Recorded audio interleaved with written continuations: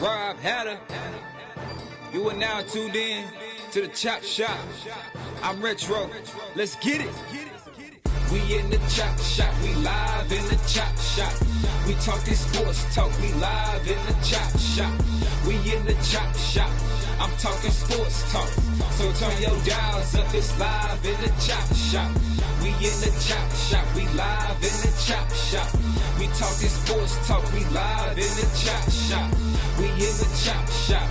I'm talking sports talk. So turn your dials up, it's live in the Chop Shop. Yeah, it's lit in the Chop Shop. Turn your dials up in the drop top. They ain't based in debate, but they keep it facts straight. Going 30 for 30. Let's do a first take on Facebook Live from 12 to 2.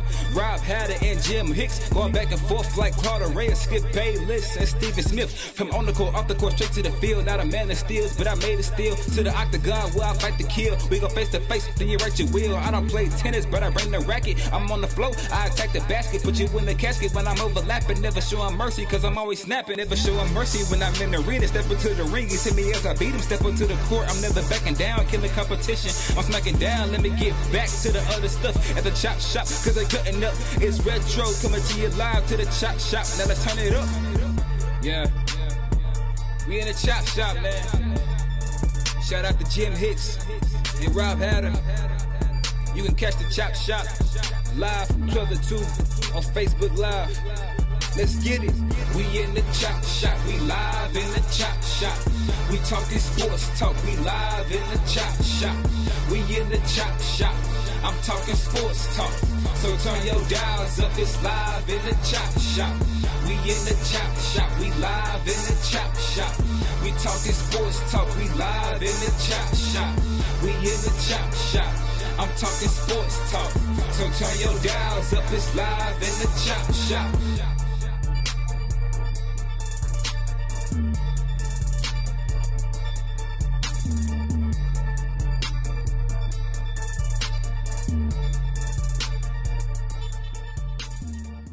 H-Town, what's up? You know what time it is. It's time for the best 120 minutes of your day.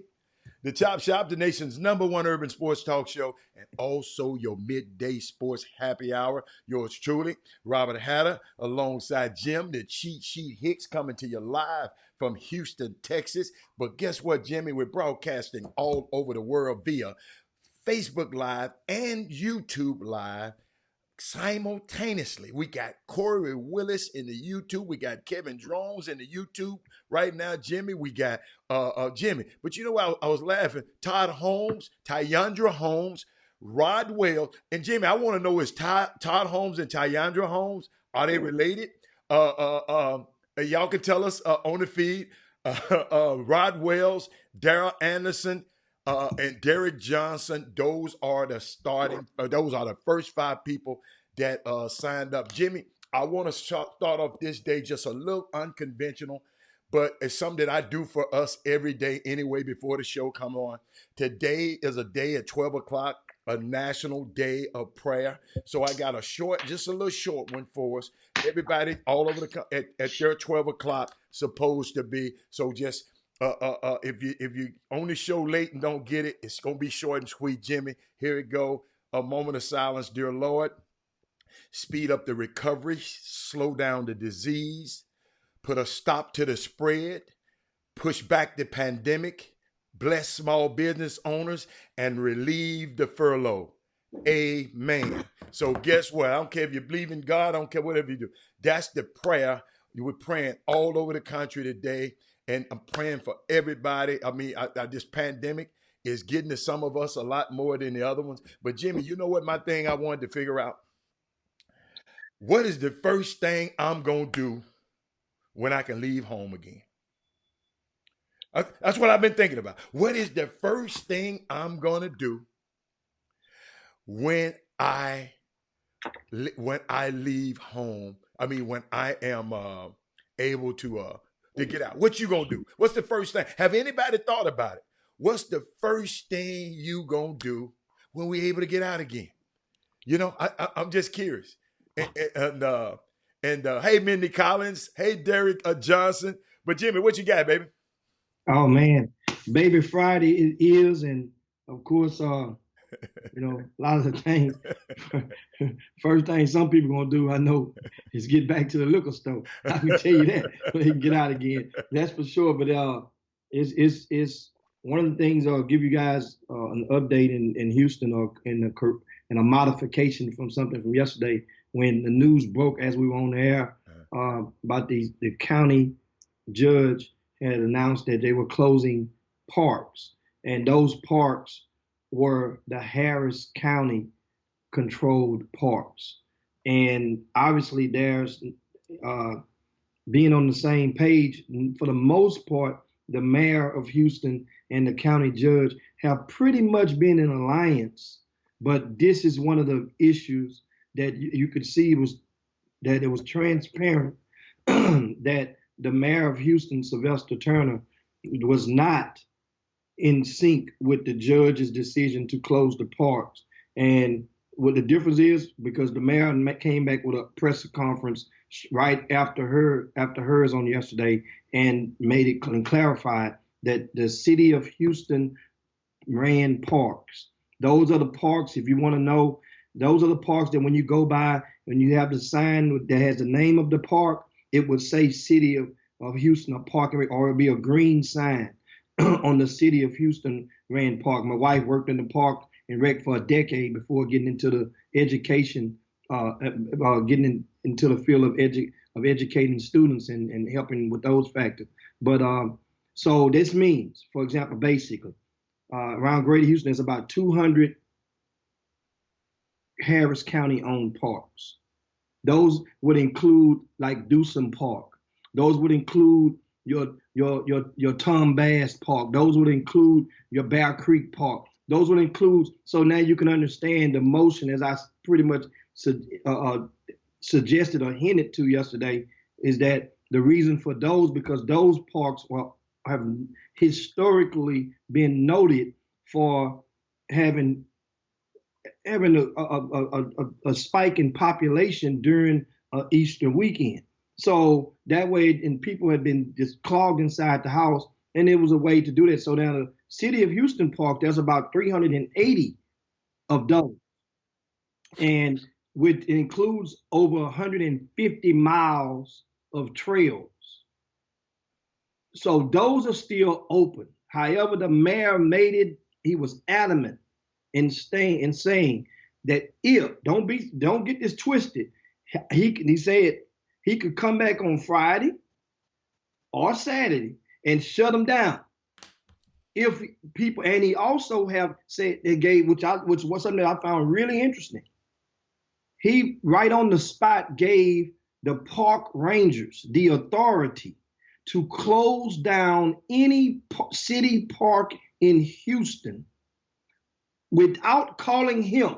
He's like, you don't even have to call me. If you see that people are not complying in abundance with the 6 foot suggestion, then you close your park down. The citizens? No, the park rangers. No, every park has the park has a right. The people, some of them ride around on bicycles, some in the little golf carts, some in vehicles. But most of your city parks is not vehicles. But they have the authority to close down their parks themselves without calling the police or the mayor and getting permission. He gave them a blanket permission in the city to do so. So I found that very intriguing. Other news on yesterday, the tip off is, of course, dealing with the schools. KIPP Academy, believe it or not, they own a lot of campuses. I didn't realize, how many campuses they have around Houston? How many? KIPP, 35. You know what? I noticed some right quick. 35, right? Put that. I noticed some. You have an affinity for parks. And now somebody just put on the feed. Now I'm understanding it, Jimmy. It's not just you, but you have a family. They said Hispanics like to go to the park. You damn right they do. I didn't know that. See, I didn't know that. Now I understand your affinity for parks. Because I was wondering why this man, because I was thinking you got a park across the street from your house. So that park is shut down? That was not shut down. No, that's a city park. Okay. So now see, you know what? You know how you said the other day, sometimes you just got to get an understanding about something. Now I'm smoking. I'm cooking with hot grease right now, but keep going. All right. And so we cooking with hot grease. Yeah. Now remember, I mentioned KIPP Academy, which is they operate a lot of charter schools around the state of Texas. But in Houston, they have 35 campuses. Well, they have announced that they are remaining closed for the rest of the school term.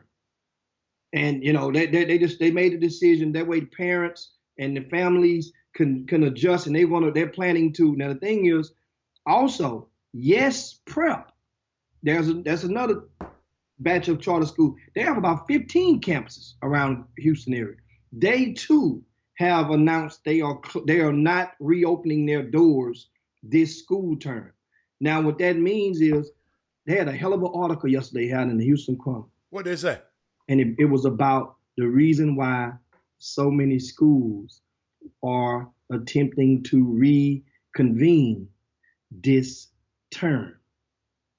Wow. And it said the reason is, and I went, of course, it don't take far for me to reach, coming from a family of educators, and to find out the TEA and the government money is the reason. Because if a lot of schools can't produce the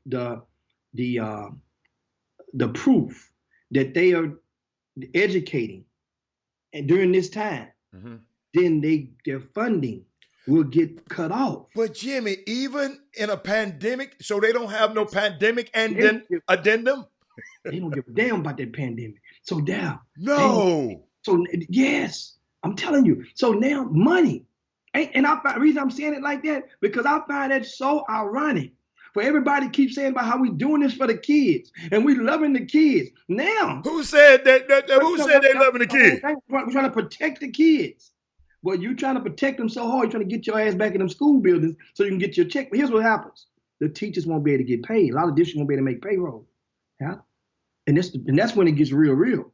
Because you think a lot of these teachers are really doing this for the love of the kids? You keep on. Or they doing it for their paycheck? You know what I'm loving? Hey, I'm loving your family theme here now. Your hold up. Your mom was educated, family educated.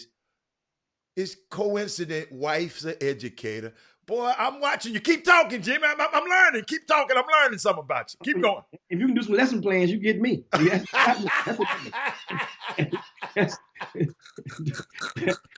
Dude, but I find it really intriguing on this now.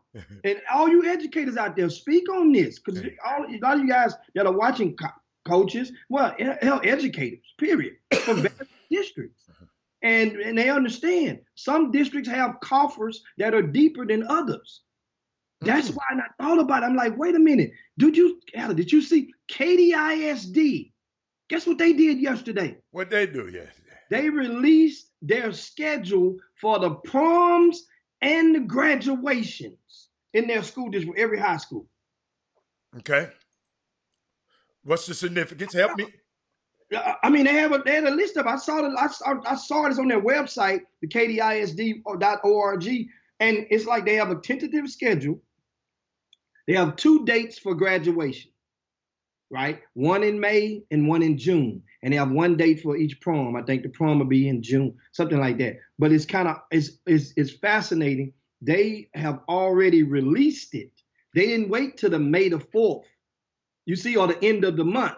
They've released this right now and saying they want to give these 12th graders an opportunity. I can understand graduation, but the prom?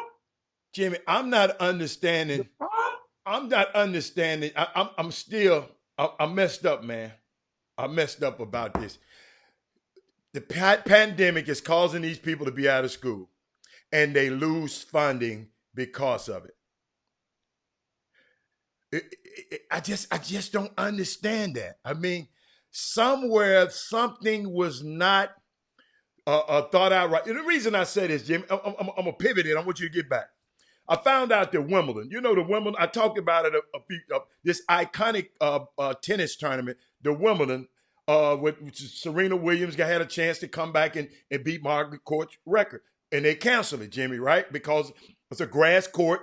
They couldn't reschedule it because later in the year, the grass don't grow properly, right? But guess what? Wimbledon had reportedly been paying $2 million a year for pandemic insurance for the last 17 years. Okay? Follow me now. $2 million a year for the last 17 years, $34 million, right? This year's cancellation of the tournament because of the coronavirus, they will receive a $141 million payment from that policy. $141 million. That was a well-spent $34 million to get a one. I mean, because you never think this is going to happen, so they insured it. But $141 million. So why did go out of business? Huh? They're going out of business. Some people going out of business. The insurer going to go out of business. I hope not. You know why I hope not? If they've been getting $2 million a year for 17 years, if they managed that properly, they'd have had it. If they managed that properly, they would have had it. Because Jimmy, that's not probably their only client. But why don't these wait a minute, why don't these school districts, why didn't they adopt some of these practices? Why didn't they? That's all I'm saying. But I guess school districts can have insurance. They can insure themselves. I'm thinking outside of the box right now. I'm just thinking out, because if Wimbledon did it, hey, I mean, why couldn't one district do it? That's all I'm saying. You can keep on going. Now, what was you saying about it? It just got to me. Made me think. I mean, that's maybe some of the school educators can chime in on that. Yeah. But they're talking about the pandemic insurance. I mean, definitely whoever the person is, okay, made a decision to do so, they definitely should get a pinch, a point or two off of that money. Jimmy, they definitely get a pay raise. I'm finna pop something Ken Lutz said to you. Said that's BS, Jimmy. That money is already allocated. Which money already allocated? I guess to the schools. You talking about for next year? You talking about? No. You talking about what I was talking about earlier? Yeah, he said that's BS, Jimmy. That money is already allocated. No. That's not. No. That's not true. That's not true. That's not true. Some districts have more. I just said a while ago. Some districts have more in the coffers than others do. If the funding for the school term, it goes in quarters. It goes out in gradual in intervals throughout the term. You don't, if you're not, and some schools, if they miss, they can't. Some schools can go into their rainy day fund and pay. Remember, HISD had to went through that a couple of years ago. When they had to go into you can go into your emergency fund, and some don't have emergency fund. That's another. Remember North Forest High School? Remember North Forest ISD? Remember that school district? HISD took it over about a few years ago. If you talk about North Forest ISD, that used to be where Forest Brook, Smiley, those high schools were the anchors in that district, where there were the only two high schools in that district. Well, guess what? That one of the reasons that prompted the district one day take over, I'm getting sideways a little bit, is the fact that the money came up missing from the district, from the emergency funds, from the coffers. So I'm saying that stuff, certain districts, I'm not saying they won't get paid. That particular district, KIPP Academy or Yes Prep, I'm not saying they won't get paid. I'm saying that in regards to you risk, if the schools are not doing anything, which most of them are doing online educations right now. But the online educations have been abbreviated by some. Remember, I made the announcement on yesterday, I think, because of Zoom. Hell, the New York school system, the state, the education czar of New York City, they have barred Zoom. And a lot of people, Taiwan, have barred Zoom. Robert Hatter has barred Zoom. And a lot of people, a lot of districts, and because as you guys know, remember, Zoom had a bug, and the Zoom was really appeared to be convenient. for a lot of people where it was gonna come up like a fat rat, but they didn't have enough in place, enough security measures in place to stay on in the front of a lot of the bugs. You know, you get bugs, you got somebody to fix it. Well, these bugs will come in a mile a minute. And so my thing is, so by Zoom being hindered and or hampered, then that means a lot of school districts who were utilizing, they are proceeding really cautiously on what they're doing with Zoom, because that bug, it could enable the hacker to not only access the main person's files, but the data. It could be used as a real problem to get into your bank, your money. So that's the thing. What people, I mean, you read up on it, guys. You can read up on this stuff yourself. I can't read up on it. I just hope y'all get it right, and I just hope everybody get paid. And look, Kenneth Lofton, I just thought about it. That's why I love the Chop Shop, the Boomer Room, because there's so many people that are from different facets of life. Kenneth Lofton, in case you guys didn't know, he's actually a board member for Port Arthur ISD. Okay. Kenneth Lofton is a board member, and he said they had to vote. That's what I'm telling you. You don't automatically just get paid. No, but Jimmy, look what Ken Lutz. Ken Lutz, who are you? So I want to know. She said public schools are government entities. The fund is federal, state, and property taxes. So what are you, she's trying, whoever, I don't know if it's a he or she, but they're trying to let you know that these are government entities. The public schools, it's up on the screen, Jim. Yeah, okay. Yes, they are. They are public entities. So you're still saying they're still not going to get paid? Some people ain't going to get paid? Some districts ain't going to get paid? Alan. I'm just trying to do. I'm saying you get paid in quarters. The money don't come. The money for April and May don't come in August. Okay, but you sound like these people ain't gonna get no. So you. No, I'm saying no. I'm not saying they're not getting paid. Okay. I'm saying you risk if you're not in session. There's a risk. There's a risk. Yes. Okay, it's a risk. So it hadn't happened. There's a risk that it might happen. It's a risk that you exactly. What if they have is, I just think too much. They don't have no pandemic insurance. Obviously, if that would be the case, then they would have filed and got their claim and cashed on out as well. Obviously, they don't, because that's taxpayer. But it ain't happened all the way yet, Jimmy. They still think they can salvage the season. They can salvage the. So everything is final. You got people are planning for their proms. That's different districts are ran. That's exactly what I was just saying earlier. So everybody runs their own. Everybody runs their own. HISD ain't made no announcement for their proms. Katy ISD did. Okay. Cypress ISD ain't made no announcement for their proms. Fort Bend ISD ain't made no announcement, no public announcement for their proms. Like somebody said. Katy ISD reaffirmed they didn't just put one date out, they put 2 dates out. That means if it don't happen in May, we got another date in June for each high school. This is where it's gonna go down. So they let you know, we ain't worried, we gonna have one. Because otherwise, there are some people that are believing that it possibly won't be one at all.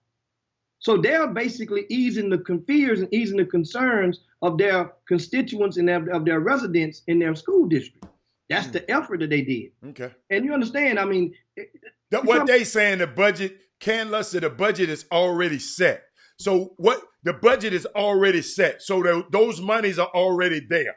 Okay. This is what they say. The monies are already supposed to be allocated there. So you saying they're going to take the monies away in certain districts that was already allocated? That's what you're saying? Ain't it happened before? I don't know. A risk. That would be a risk. If the school is shown to not be engaging in lesson in school work right now. But they are online, Jimmy. What about that? So that means you ain't got nothing to worry about. So why you bringing it? Oh, you said. But because there's other schools I'm saying they cancel. See, this is a hell of you want me to go and read the article? No. I'm done. I'm done with it, Jimmy. No. I don't have to go far. Since I get it for you guys. Since we can just go there, I'll find it for you guys. and you can proceed. I find it was in today's paper. Goodness, I just told you guys y'all can read it for yourself, and you're asking the questions like I didn't say I No, said this. Jimmy, they just making points. They making points. It's all right for them to make points. You read an article, they might be reading another article. It's all good. Yeah, and that's He said it's too. They say it's too late in the year, Jimmy. I know firsthand. I'm an educator. I experienced this for Katrina. Schools received what's called MFP money. If this would happen in August, it would have been different. That's fake news. Boy, I like Cat Luck. Let me put him on the screen. I love that. And Cat Luck, I am not disagreeing with you at all. He's not disagreeing. He's going by what the papers say. I'm not disagreeing with you guys. Jimmy read an article his own. That's all. I'm reading a quote. That's the thing. The quote. And so I go and I find, and that's the, let me go and find the piece from this. Rodwell said you still reading the paper. Jimmy is one of the few that gets Absolutely. the paper. He still read the actual paper. Rodwell, I sat in locked up for 8.5 years. Oh, Jimmy. And you know what? I'm going to put that on the screen. Jimmy, I'm going to put that on the screen every time you see it. Tell you what. And I'm on TV in the fourth largest city in the country, on the radio, on publishing magazines. So you damn Skippy, I'm gonna be proud of the route that I've traveled to get to this point. Because nowhere in America that you would be able to do this based on your history and have a degree of respect. You think about it, except for maybe boxing, football. But no, because Michael Vick didn't have that type of respect when he came back. Cat Luck said can't lose. You can't lose with the stuff I use, like Reverend Ike used to say. So now the chief operations officer of KIPP, right? He says it's I just scanned some of the stuff and that way he put you in groove. He said his team looked at the rising numbers of positive cases of the COVID-19 and realized there were no signs of those increases slowing. He said with the new hot spots of the large infected population, which that's code for when these race numbers started to seep out, right? Then they really made their decision. He says that, so he goes on to say, we want to shift the narrative from this wait and see period and give some answers to our families so they can focus on their health and safety. And once again, his name is Chris, or her name, I don't know, Chris Cheung, Cheung. That's the Chief Operations Officer of KIPP, Texas. Now, the decision came nearly a month after the two charter groups, that's KIPP and Yes Prep, almost every other local school announced they would close temporarily to slow the spread of COVID-19. So the leaders at KIPP and Yes Prep and elsewhere announced early they would remain closed to April the 10th. But were forced to extend that guideline to May the 4th, right? Which we knew that after Governor Abbott ordered all Texas schools to remain closed since then. Now, KIPP and Yes Prep are the only large charter school operators to announce they will not reopen their buildings this school year, right? And KIPP's external communications manager, Saki Indakwa, said in a statement, the schools will continue to provide distance learning for their more than 28,000 students statewide. It's grab and go meal program will continue. And of course, the districts have been reluctant to cancel school. Here we go right now. The districts have been reluctant to cancel school and make up the time later for a myriad of reasons. Chief, among them, the Texas Education Agency officials told the district leaders that they would not receive their regular funding if they did not provide some type of instruction. Damn it, I'm the messenger. Excuse me. Slow down. You don't have to, it's all right. I'm the messenger. You said if they didn't, the key was if they, but these people were saying that they are doing this. That's all. Nobody never said they were. Okay, so if they're not doing any teaching, of course they fund it. You don't work, you don't eat. That's what they're telling you. So for people that don't understand, what happened? What about that money already been allocated and already been paid? That ain't the case. That's why the money is allocated.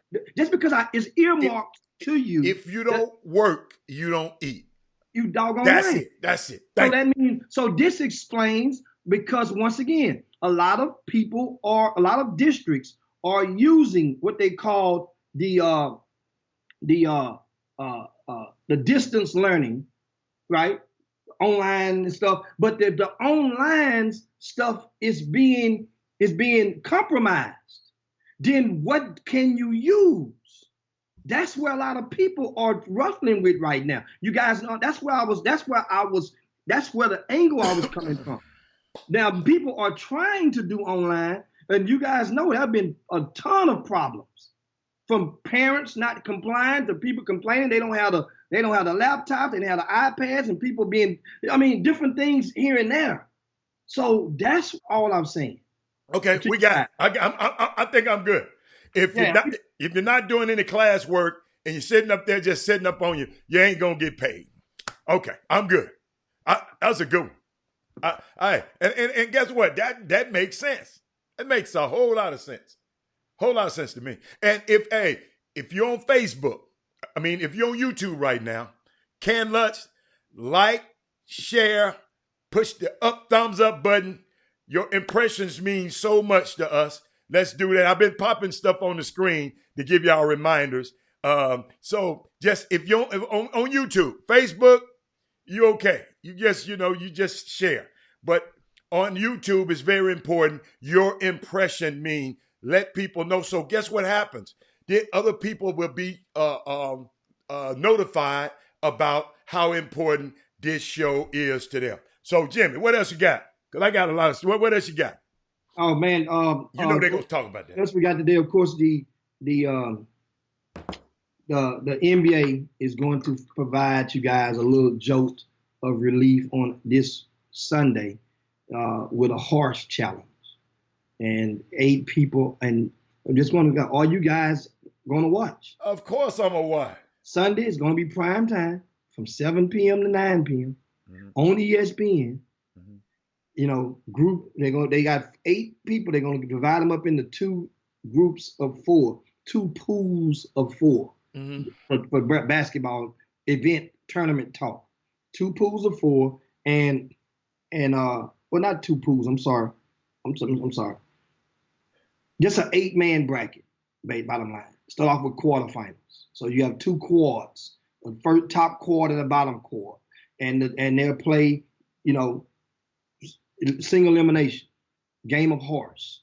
And the first quarterfinals, Trae Young versus Chauncey Billups, followed by Tamika Catchings and Mike Conley Jr. In the second quad, it would be Zach LaVine versus Paul Pierce. He still think he can hoop. Who, Paul Pierce? Oh, yeah. Come on, but keep going. Well, they got... I know, but I'm telling you, he's still... And they balanced them off along with 2 females. Every guy who coming out here trying to do this still think they still got the hoop dream still going on. But keep going.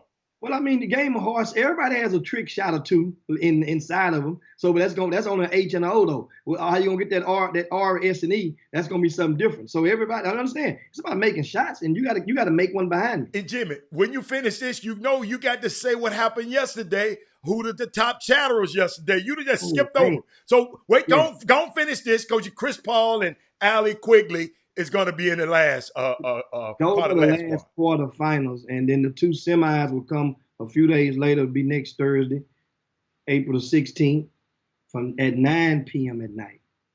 So that's 9 to 11, and that will be the 2 semis, and the championship will be on that night. And everybody will be at their own homes shooting in their homemade courts, or their backyard courts or whatnot, or in their house, their gymnasiums inside the house or whatever. So don't get it twisted. It's going to be an opportunity for some of them. 1 or 2 of them going to floss a little bit and show y'all what they're working with.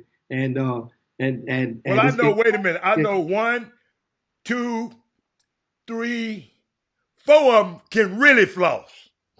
They got multiple residents. Chauncey, Mike, Paul, and Chris got multiple residents. I'm just, so yeah, I mean, Jimmy, it's gonna be. I think it's gonna. I'm gonna watch it. I'm gonna tape it, and I'm gonna watch it. And another thing happened in the NBA, Jimmy, too. Today, I wanted to share with you. They're gonna pay those players. Remember, I told y'all about that second check. They paid them on April the 1st. They are gonna pay them on April the 15th also. So I think it's some optimism. Like I told you yesterday, and I browsed over it a little bit. There is some optimism because of the bed count in the hospitals. The hospital count is down. So there is some around the country. So it is some optimism in this thing. So they paid those guys that. But Jimmy, you remember I asked early in the show about was Tyandra and Todd Holmes husband and wife. And then now you can come in with your thing, get your information. They are at the McDonald's Invitational. As a man came over to you, Chris, and I, and he introduced us. Todd Holmes introduced himself, and then he took me around and showed me his wife. And I forgot about it, but thank you, Todd Holmes. I remember it very distinctively now. You came up to Chris, Jimmy, and I, and now I know exactly who you are. But I didn't realize Tyandra was your wife. But we got good news for y'all. Cause on yesterday, what happened, Jimmy? Tell me what happened. On yesterday, the top 5 posters in the Boom Boom Room were Kevin Freitman with 40.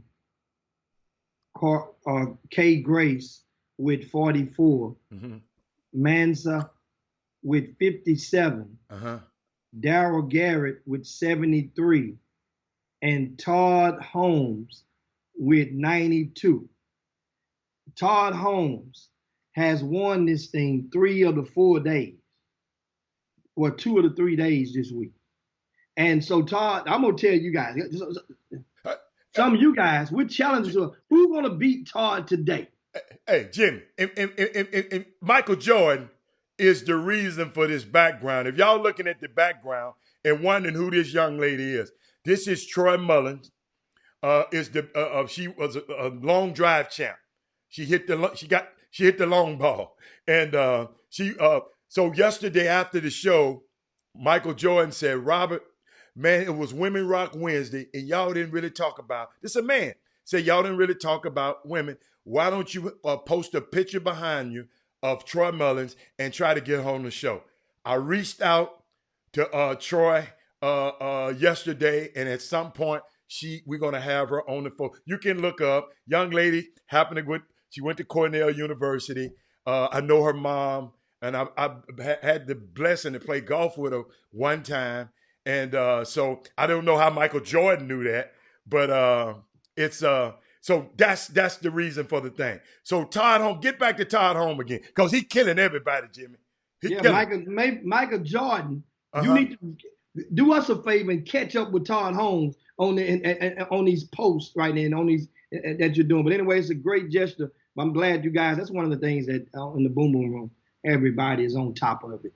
Everybody's on top of it. And that's the thing, how we sharpen each other's pencil. Yes. Directly or indirectly, even with the education topic a while ago. Because that's what it does. And if nothing else is going to prompt somebody to go back, let me go back and read what he's talking about. Let me go read. That's what job well done. Because that way, but at the same time, once again, I stand and I hold firm on my guns is that what you got? Somehow you got to, with these young people, got to start including them into common sense conversations about their community. For starters, if you have a 17-year-old right now, this is the perfect time to go and register to vote for them. You see, they'll be 18 this year. Perfect time. If they're 18, hell, they're 19, they ain't done it before. It's a perfect time to catch up a lot of ground that's missed. It's the perfect time. Ain't no excuse. Guess what? I got to go and get my passport. Right? So I had to go and get my birth certificate. But it was hard. Another birth certificate, they want for the passport, they want the original. Yeah. So I was born in Louisiana. So guess what happens if I go get my birth certificate right now? What happens? I got to automatically sequester myself, quarantine myself if I come back for 14 more days. Which it might not sound bad, but still, that means because if people understand, now you can get your birth certificate. I went and ordered mine online, and there's no problem whatsoever because they know that offices aren't open.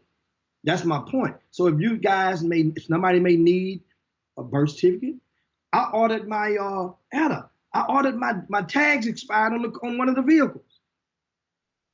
You can't. I went to the thing the other week, 2 weeks ago, closed. Right? Obviously, I just wanted to see. You wanted to drive somewhere. No, you was just thinking you just thinking everything was still normal 2 weeks you ago. want to turn the corner. There's no really where to go unless you want to go to a grocery store or Home Depot. So I said, well, let me see if they open. But they weren't. And so sure enough, they had a sign on the door giving instructions. And I took a picture with my cell phone, went home, ordered my tags, and guess what? Pop! Tags came in the mail yesterday. So my point is, if there's things like that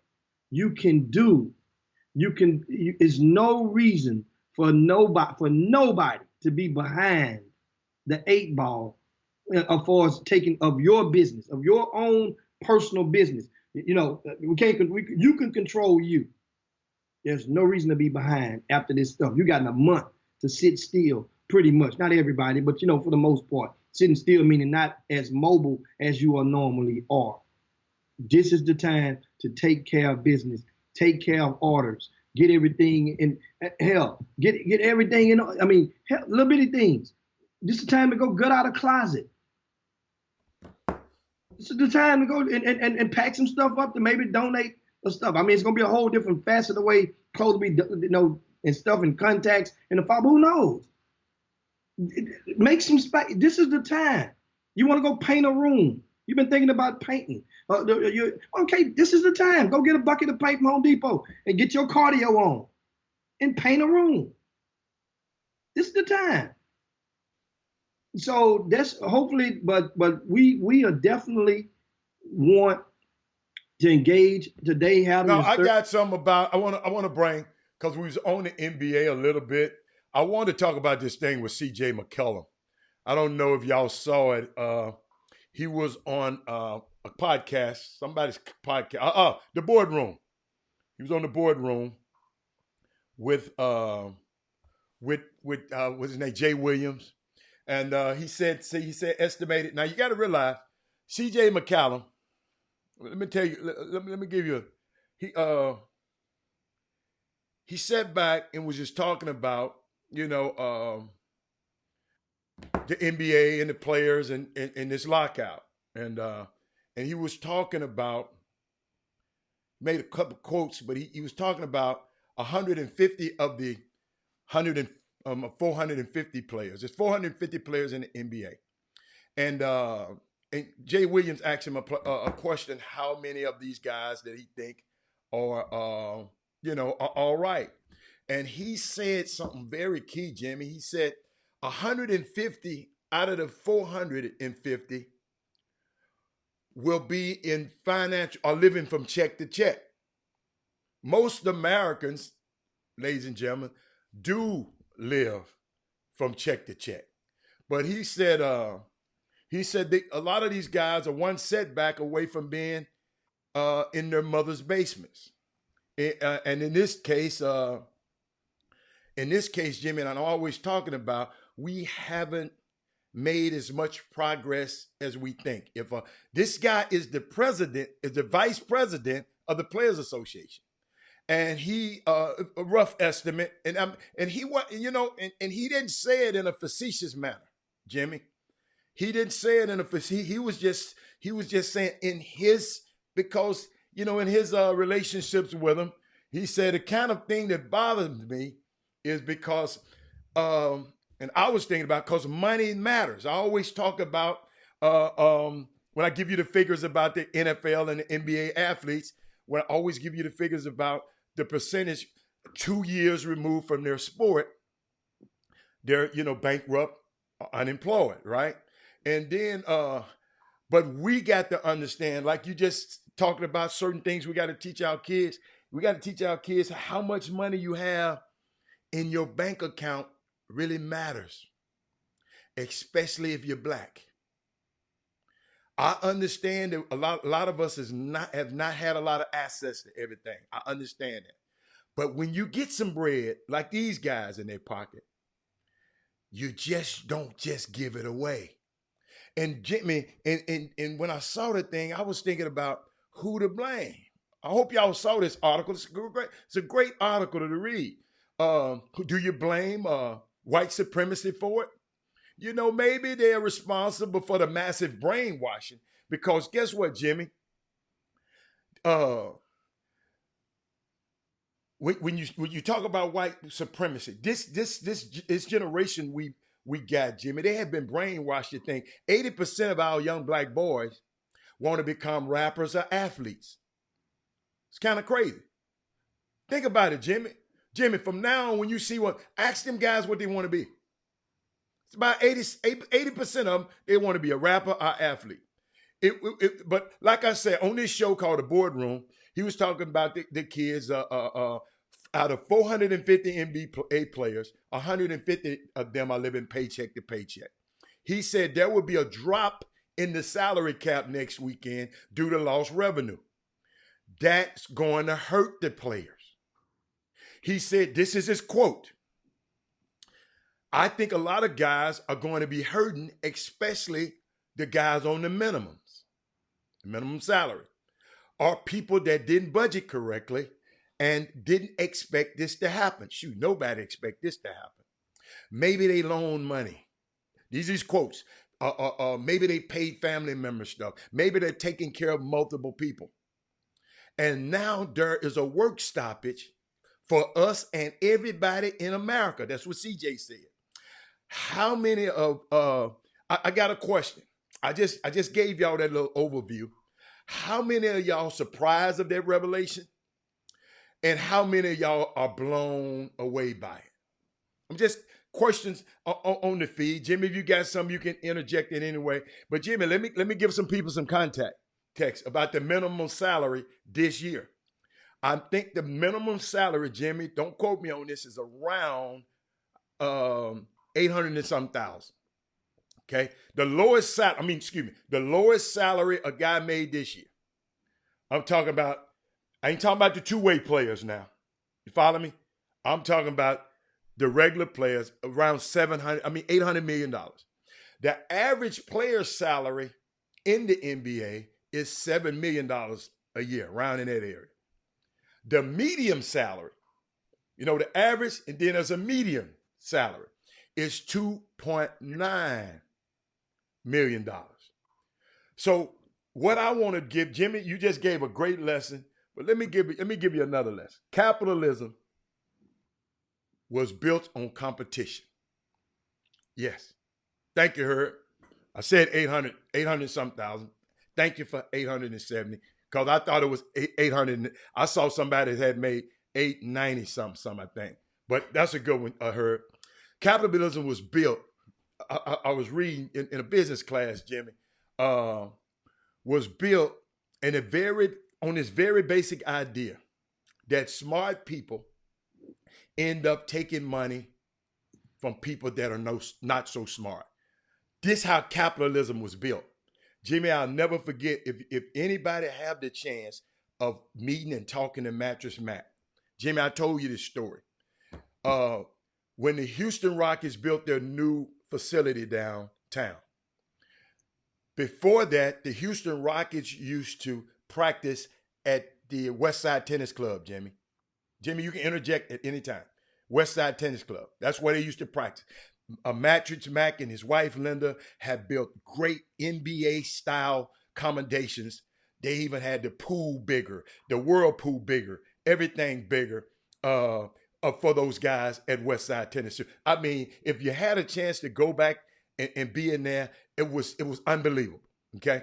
So when Les Alexander built a new facility, And Matrix Mac was using that for his membership. Westside Tennis Club, if you're a member, you get a chance to come and see the Rockets practice. That was business. You follow me? So when they got their new facility downtown, Les said they ain't coming to practice out there no more. There ain't no need. So Matrix Mac said, look, well, could you at least let the visiting team practice out here? No, we're going to let them practice at U of H or some closer to town. So Mattress Mac was a big, Jimmy, big sponsor for the Rockets. If you notice, they're not anymore. Mm-hmm. But you know what Les Alexander, who went to Harvard, you know what he told Mattress Mac? This came out of Mattress Mac's mouth to me. He said, he told me, that's why I went to Harvard, so I can take money from guys like you. Told him that. That's why Gallery Furniture do not advertise at all with the Houston Rockets during the Les Alexander era. The reason I told you got something you want to add, Jim? Well, and at the same time now, around the same time, Les Alexander also took a stance against Mattress Mac by doing business with a rival furniture operator and allowed him to buy the Houston Comets, which was a sabotage deal. Broke the hell out of that man. I ain't say broke, yeah, well, in the sense of levels, broke him, because they sold a team to him, and then the Comets had to go play over didn't get to play in the new arena. They had to play in the Astro Arena, which at the time, and so it was kind of like, just spun them off. But anyway, that was something back then. That was good. I'm glad. That's why I knew you had something to interject, because I'm gonna finish this and I got something. But I got to address Todd Holmes said. That's why folks laugh at Kawhi. He still has the car he had when he in college. Let's get this straight. Don't always read the magazine. Sometimes you don't get all the information. Kawhi do have luxury cars. He just still got that car as a reminder. That is not the car he used no more. Okay. Like Shaq. Shaq for years kept that SUV with the big Superman logo that he had it while he was at LSU. Yeah. Shaq kept that for a long time. Mm-hmm. Shaq also had a whole bunch of other toys. Yeah. I didn't want people. I know for a fact I seen him in a Porsche. That's $119,000. So he got luxury cars. So Jimmy, let me help you out, Jim. So remember I said capitalism, and this is how we want to understand about our black athletes. Capitalism was built on this very basic idea that smart people end up taking money from people who are not so smart. So, but Jimmy, let me tell you, being broke don't mean you're dumb, because some of us just don't start out and have a silver spoon. Some of us just don't start out with a lot of money. But when you have $10 million in the bank and you can't read a contract, those problems gonna happen. And you don't know anything about investing, asset allocation, and compound interest, and you know nothing about that, guess what? Some guy from Harvard, some little white guy from Harvard, is gonna smell you a mile away. Parents, I'm just telling you, you're fresh meat. And when you're only looking for the booty and the bling and the parties, you're not paying attention to your $10 million. And guess what? And only thing, Jimmy, you're just unconscious to it. And always remember, Jimmy, people that are unconscious are very vulnerable. Think about it, Jimmy. That's how the date rape stuff happens. Girl get drunk at the party. You become unconscious, you become vulnerable. Same principle. And when you're not financially conscious, then you'll be economically exploited, young men. Okay, so Jimmy, when they use the term woke is different than you think. Woke means alert. You're looking around. You're looking for the fine print. When you're unconscious, the predator will make you his prey. Our young athletes got to be just a little bit more conscious.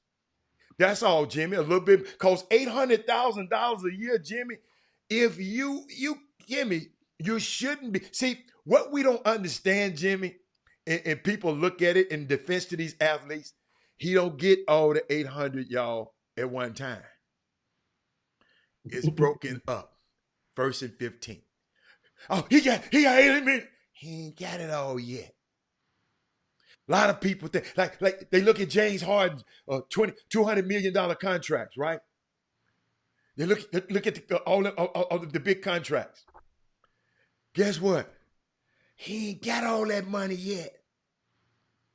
He ain't got, and see, people look at what you make, Jimmy. Like, Jimmy, I was laughing at you. Now you said people be counting your pockets at your but they didn't look at your expenses. Now they don't want to count them. They don't want to count your expenses. So, and what I learned from William Buffett, and I'm gonna leave y'all with this one. There's five, I think 4 or 5 steps. I think 4 steps to wealth. 4 steps to wealth. Figure out where the money's at. This gonna give y'all this free, cause I usually charge for this. Make a plan to get your hands on the money. Work that plan, execute the plan, rinse and repeat until you acquire some assets. Then, Jimmy, you got to learn how to protect your assets. Asset protection is very critical because 70%, Jimmy, of wealthy families lose it in what, Jimmy? 1 generation. Warren Buffett said that the wealth game is nothing. Check this out now, y'all. Kyle Cole. Warren Buffett said that the wealth game is nothing more than a transfer of wealth from the dumb people to the smart people. I'm paraphrasing it. From the unconscious people to the woke people. Jimmy, you're going to like this one. From the impatient people to the patient people. He said that in so many words. It is a real serious economic game out here being played. And a lot of these young athletes, just Jimmy, is not ready for it. Just like they get ready for the finals. You know how they prepare their bodies for the finals, for a big game? They got to also prepare themselves for this financial game also. Thus, that's why guys that make that much money can live from check to check because they're not prepared. Yes, rich dad, poor dad. Yes, it's a great philosophy. But when you went there, Jimmy, I had to share that with you because it's key. I know you talk about the saving of the coupons and the set that, but remember what he said. All you doing, Jimmy, when you're doing that, you have an assets protection. You trying to protect your assets. Mm-hmm. So that's a principle that on this show and in this community, we're going to learn a lot more about it. You know, just hang with us a little while. That's Jimmy. Jimmy, why do you think I told them, Jimmy? Like, it's a great time now, Jimmy, to say, if you're on Facebook, if you're on YouTube, hit, I don't know them buttons. Hit the like, the share, the whatever button that need to be hit on your YouTube.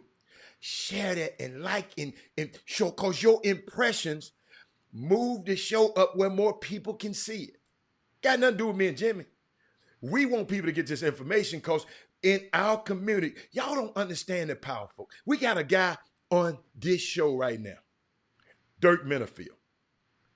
Might not say nothing about it. He's one of the most powerful men on that NBA circle. He walk around so unassuming like he ain't, but he helped these guys keep their mind right and stay off of these drugs they shouldn't be on it. To keep, Coach Jimmy, you remember what I said?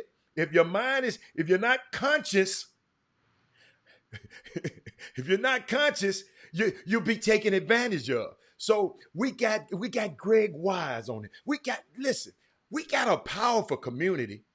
We just got to learn how to use the community and how to use the community for us.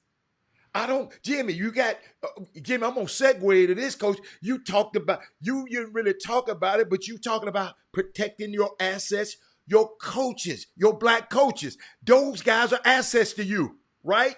You want to protect them. So guess what? These young guys are assets to me. So I want to protect them.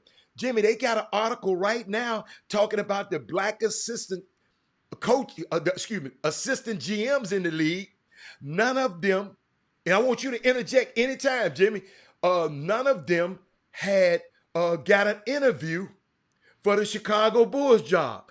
They go with Mark Spears. And they go and have a whole article, Jimmy, anonymously telling Mark Spears stuff that's happening. Talking about Jerry Reinsdorf, he didn't even hire one. He didn't even look at us. Jimmy, we are powerful enough to not have to beg these guys for a seat at the table. We're powerful enough. Look at the guys. Look at these assistant guys, these assistant GMs. We got some assistant GMs. Y'all didn't even know Michael Finley. Did you know Michael Finley was assistant GM?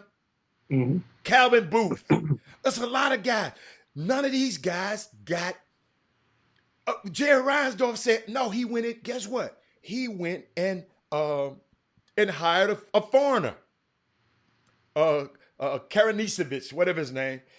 He gonna hire him. And they asked him why. He said, why didn't you get a black guy? Get what he said? Well, if I do it now, y'all just gonna think I just did it just because y'all pressured me into it. So I'm not gonna do it. I'm gonna hire who I want to hire. Y'all, this is what I'm talking about the other day. Jimmy, thank God Mark Spears wrote this article. We've been on this show before. Thank God he wrote this article, Jimmy, because I just talked about this last week. Where we have the power, we won't use it. But you want to go and say, I can't believe they didn't bring us in for an interview. Because you have no power. You gave your power away when you was an athlete, Jimmy, coming out of college, and you let so-and-so that looked like Jerry Reinsdorf represent you. So he became more powerful. So guess what? Those are the guys that are in these positions of power now. So we just got to understand the power dynamic. And I know it's hard for y'all to fathom. It's hard. If you're not a businessman, you wouldn't understand this. And I'm going to try to break it down to the lowest term. Dirk Minifield know what I'm talking about. I got a question. Come on. I was, and this thing is going on this other side. Okay. When you're talking about the power. Mm-hmm. Okay, I'll start with here. Remember recently, of course, Magic Johnson was with the Lakers in the administration, right? Mm-hmm. It was what, 2 years ago or a year last season, whenever. Yeah. Recently. Mm-hmm.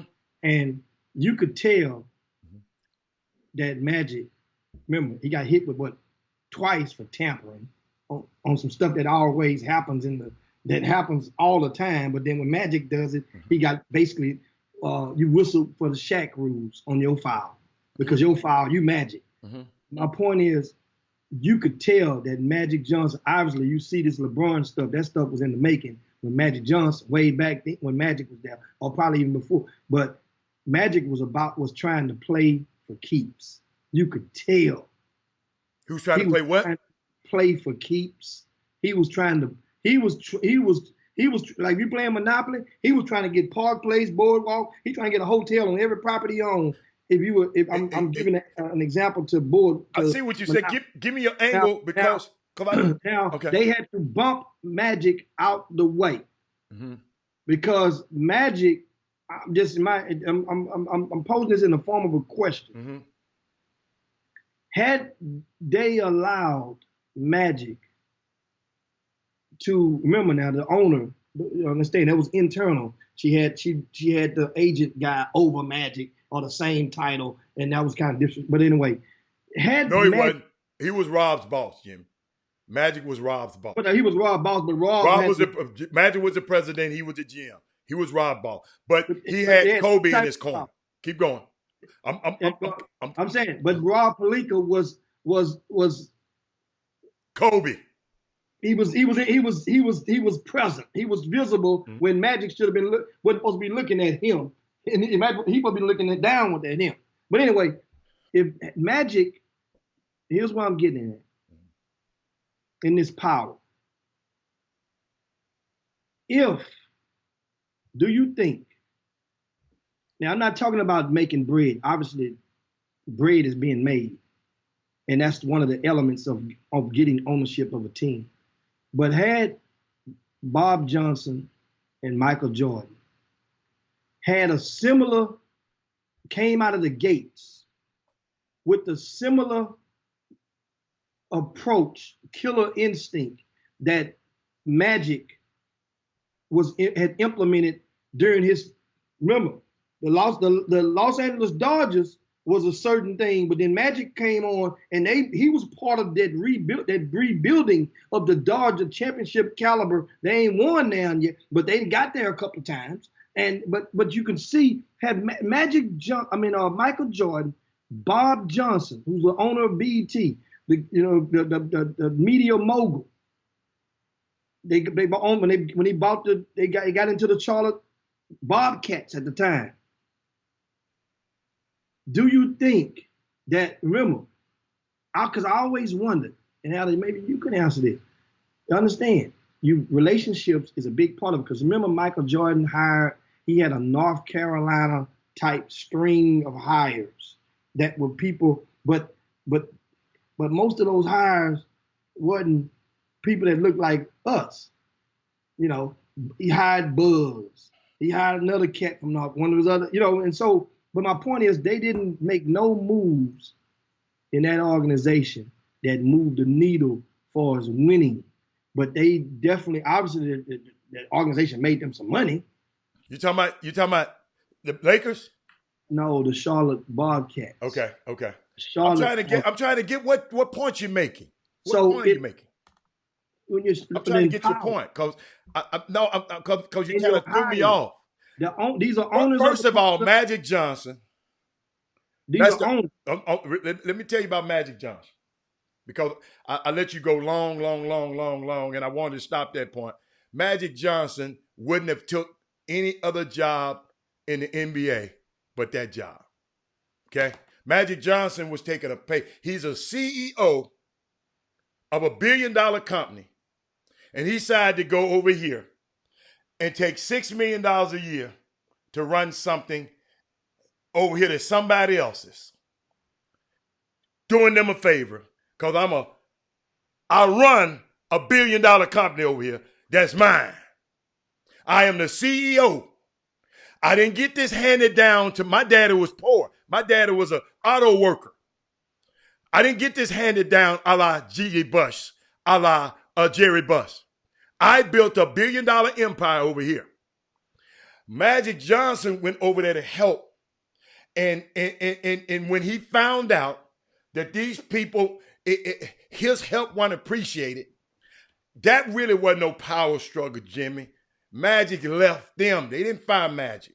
And the moves and the draft picks and the things that Magic put in place, and let me tell you something. Magic instituted that thing with Caldwell Pope, bringing Caldwell Pope in before the Magic made a lot of those moves that we didn't even talk about. So very qualified, but guess what? It was taken away from his $1 billion empire that he was doing. And then he's a part owner of the Dodgers. So it's a lot of stuff he could do. So let me get that out of it. Now, what you said about Bob Johnson. I just wanted to clear that up and let people understand Magic's thinking, because I called his best friend. Magic had a problem with the Rob Pelinka situation. Rob, all I'm telling you, that problem, if he wanted to stay there on a job, always remember, Jimmy, when you're a CEO, it's hard to go work a job. Your mindset is different. Because if I'm the boss, see, I think you missed what I said because you wanted to make your point so bad. But when I'm telling you a mindset, if you're a CEO, Alan, I worked for McDonald's when I was in the 10th grade. I worked in a squeegee in the bottom of oil wells. I ain't never worked since then. I've never worked. I think I might have one other job in my life. We ain't talking about you right now. This ain't about you. This is about Magic. It's about magic. But I mean, being a CEO is being a CEO. No, no, no, no, no, no, no, no, no, no, no, no. Being a billionaire is different from being a thousandaire. No, what, the commas? The commas? That's the main difference. The commas. But your infrastructure, there are guys that on the streets in different neighborhoods in different cities that are running an enterprise that you can look at them guys and say, boy, if I can just get this guy to come over, he could make it in corporate. That is not what I just said. I just said it's a difference being a billionaire than a thousandaire, and you told me it's not. So, okay, that's how you feel. I'm going to leave that alone. I'm going to leave that alone. That's how you feel. It's okay. It's okay. But I'm just telling you the mindset of Magic in that, and that's not where I was even going. I was talking, see, sometimes, and I understand you just, some things you just don't get. That wasn't the issue I was talking about. I was talking about, we got some assistant GMs that's doing great work, Tayshaun Prince. But these guys did not, because I don't want you to get me off the subject, because that getting me off the subject. These guys were qualified to have an interview with the Chicago Bulls. And the Chicago Bulls didn't do it. So they got a whole article written about they mad about this. Let's stay on course. But when they were in positions of power, they were players. Most of these guys were players. They had choices to make.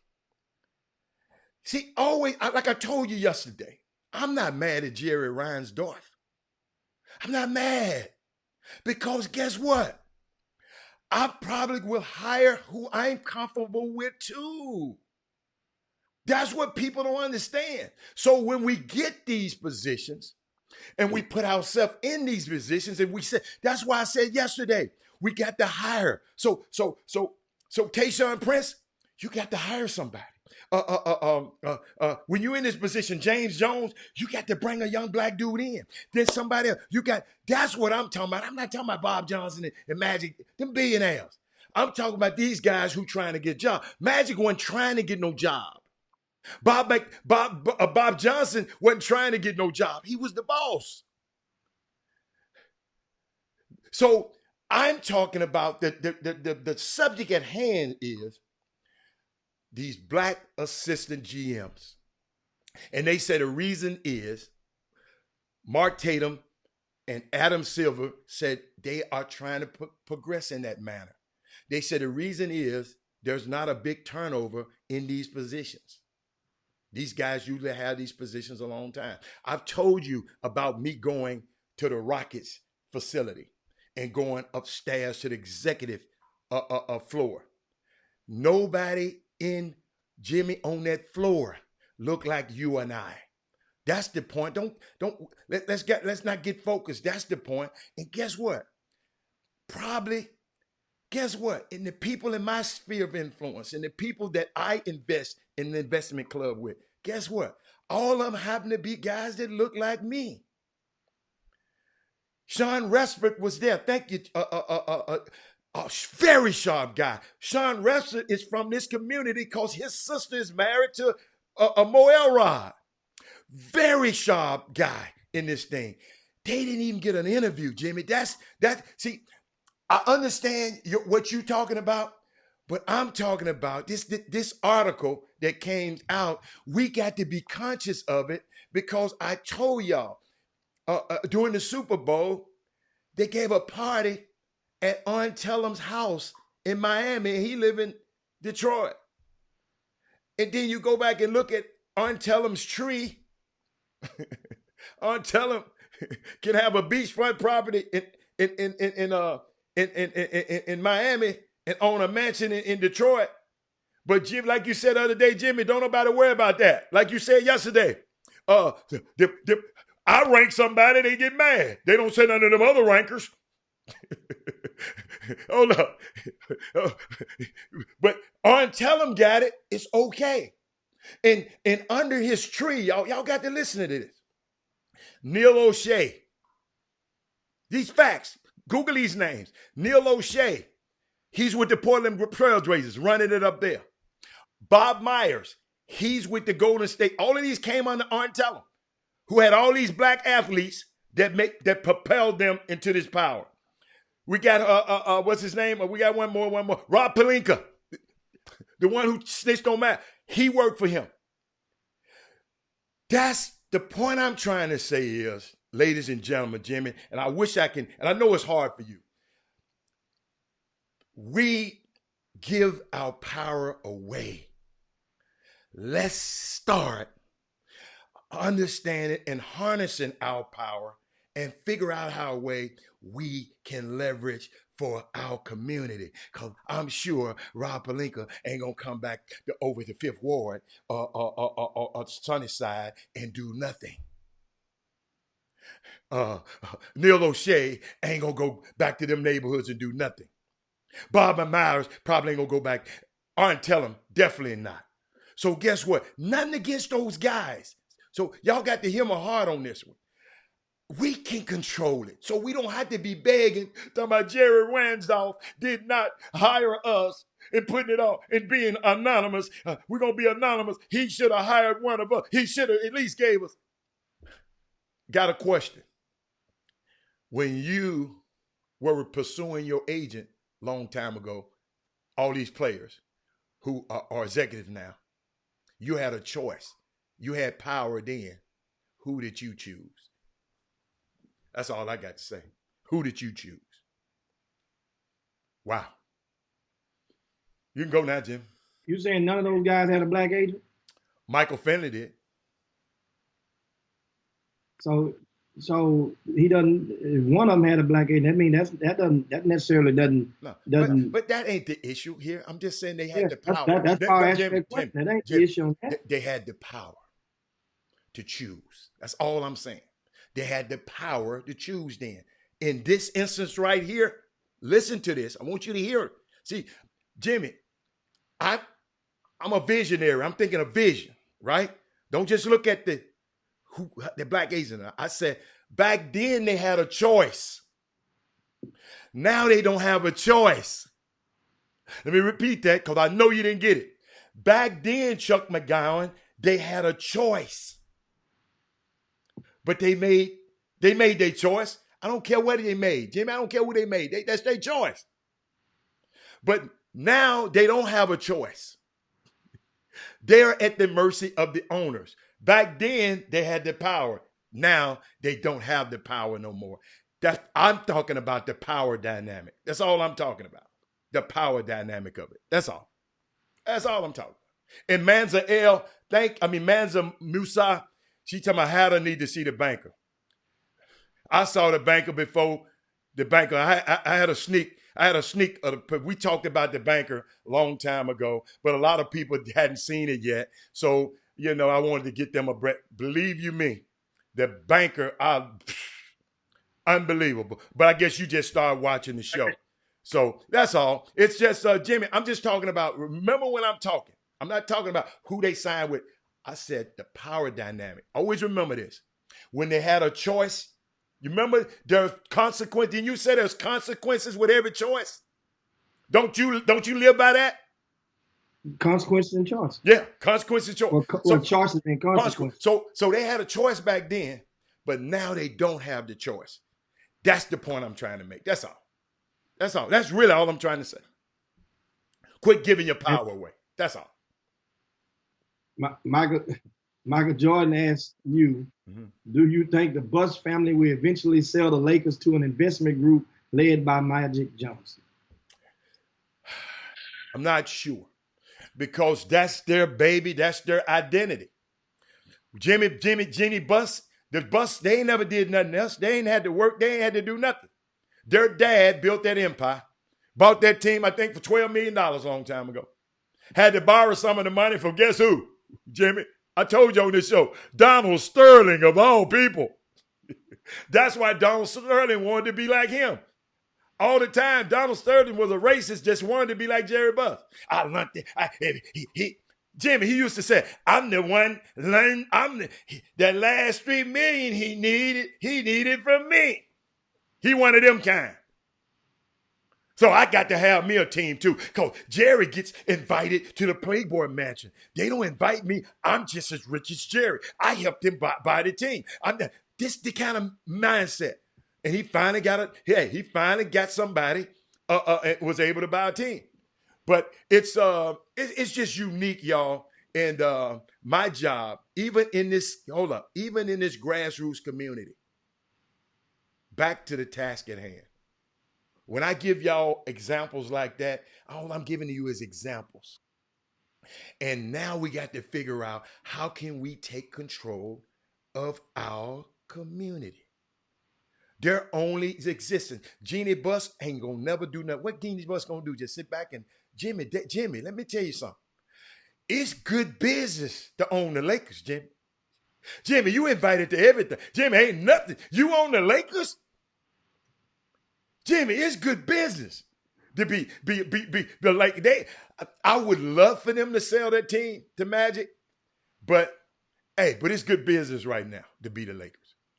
So, John says black folks smash each other more than any other man because many are conditioned to want to be accepted, and that's so. Here's the thing that you channel the thoughts. You understand. With some old dogs, you're not going to be able to teach them no new tricks. I think I said that yesterday. And for people to understand this phase, there are a lot of young people out there who, as I said it before earlier this week, they emulate what they idolize. And just because they idolize you on Monday, these kids, in some facets, they're worse than Mr. Wimpy.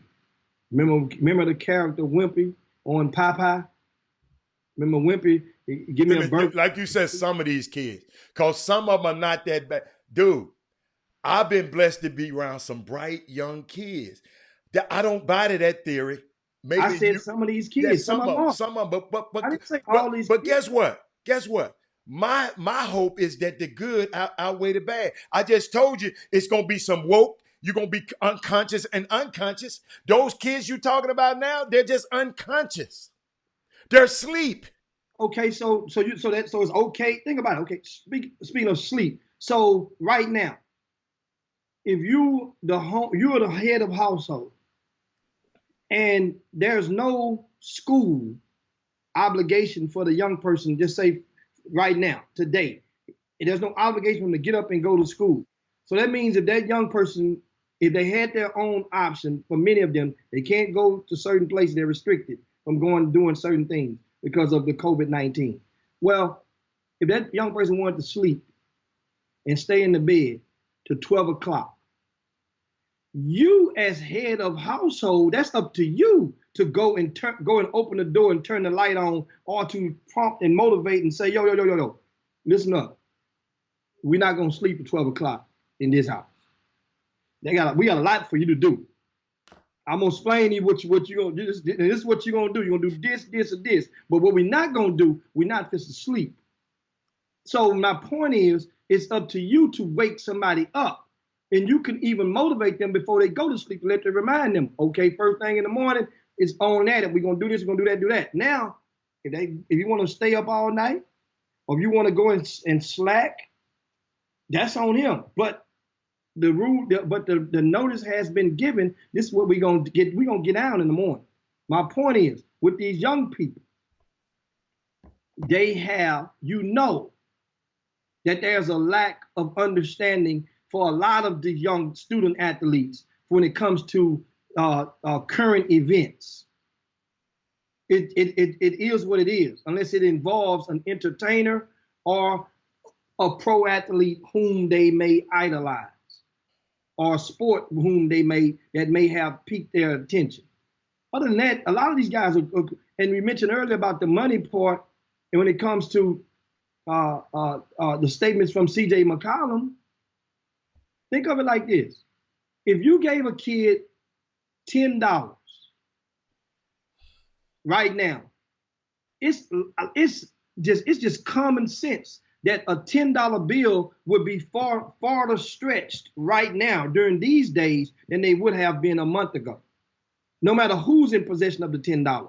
You could stretch it. Know why? Because you're limited up to where you could possibly go and what time you could possibly go to spend that $10. So my point is, if you see in a kid, habits, this is the perfect time to morph young people into habits or corrected habits that can benefit them for a lifetime. And one could be the principles of economics, just the basics of economics. You don't have to be a math whiz. Just to explain now is the time. You can get on top of that. Everybody can get on top of that. But then that's where it starts. Somehow,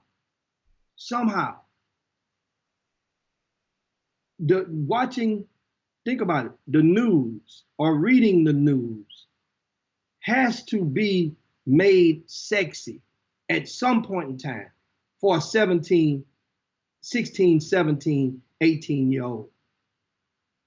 At least. But Jimmy, we're talking about financial literacy. Most parents don't know how to handle $10 million. We would talk, these guys, I use the example, these guys got hundreds of millions of dollars that, hold on, it's not, they got people preying on them. So we got to not just educate it, because you can tell them, well, don't spend none of it. Okay, I'll just let it sit up there and let the bank just use my $10 million. So where does if the mama and the daddy at the dinner table and get them up in the morning, how is that going to prepare him when he go to that, he go to that ATM, he don't have to check his balance no more. You know, he go to the ATM, he don't check his balance. That's a whole life change, Jimmy, that a lot of people who, if you haven't been around it, and Jimmy, they giving fake news. Mike Jordan, I saw your information, and I fact checked that information. Adam Schefter, none of the top guys. Go look at that thing. If you look at the tweet, that is the first. That is the fake Sports Center. Sports Center got a fake account out there, so you got to look up under it, and it'll show you got a fake. Jimmy, people texting me from California talking about Colin Kaepernick has signed with the Jets, and I just said, take the look at the source. Don't go by because your friend said it and he's reliable. If Adam Schefter or one of those guys hadn't broke that news, then just hold up a minute until they break the news. I understand. That might be some fake news. I've looked, and Jimmy, you can look. It's on Bogus Sports Center. See, that's why, Jimmy, that's why I always look, and I'm gonna educate y'all. That's why Robert had always said, I don't look at one source. I never look at one source. If I ever see a topic, I want to hear somebody else's point of view of it.